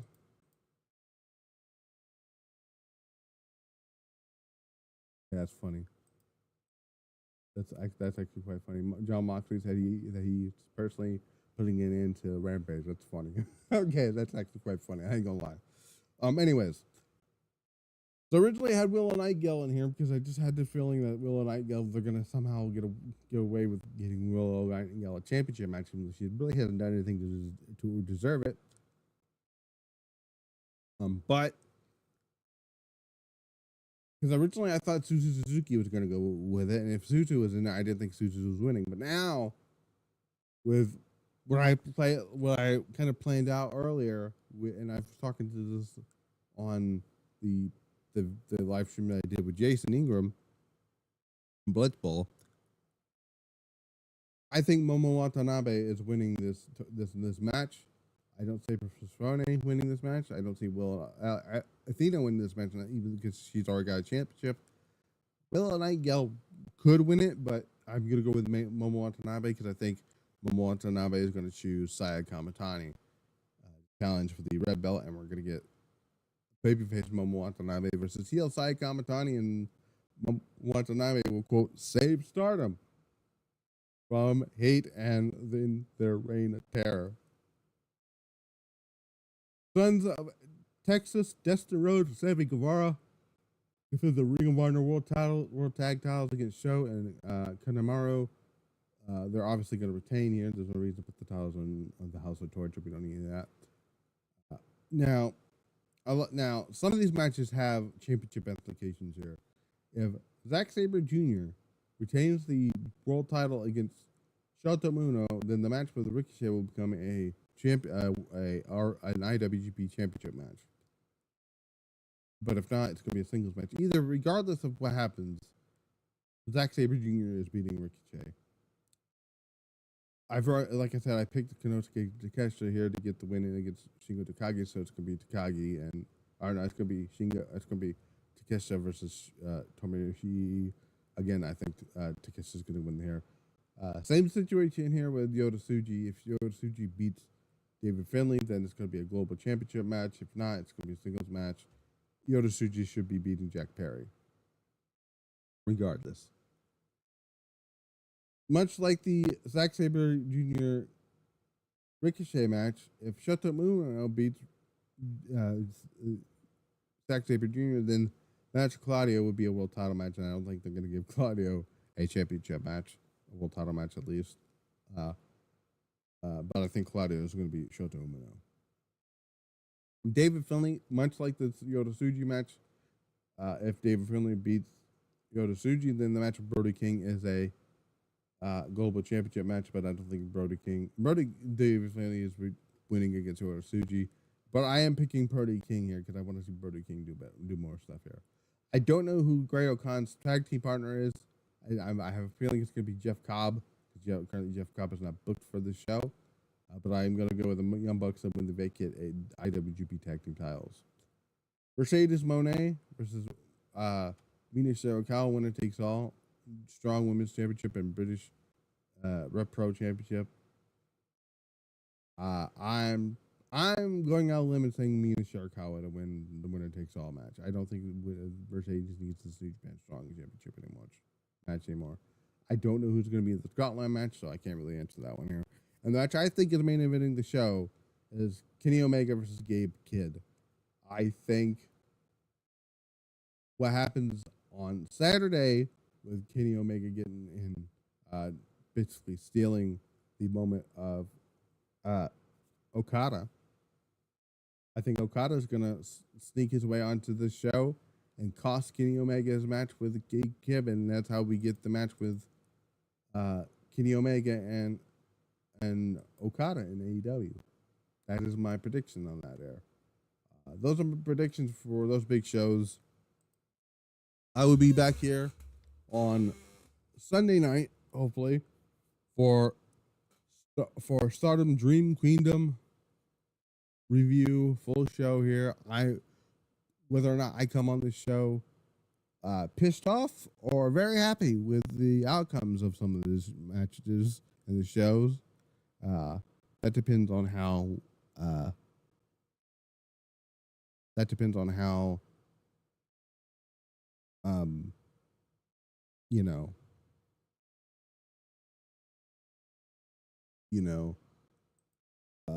What's the word I'm looking for? I'm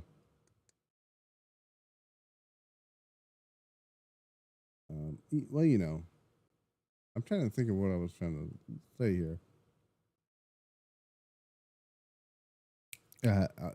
You know how freaking what's his name is? It tends to be. So Okada is the booker. So yeah, until then, I've been Matt the Misfit. This has been the Misfit Wrestling Podcast. I don't have anything else here. I was like in the description below of where you can find me at. I'm actually getting ready to do the two missing graphics for the the two other ones that I forgot that I for some reason didn't save on here. I probably should have. For Queen of Villains and Hater of the Year. So, yeah. But until then, I've been Matt the Misfit. I will see you guys back here on Sunday night for Dream Queendom.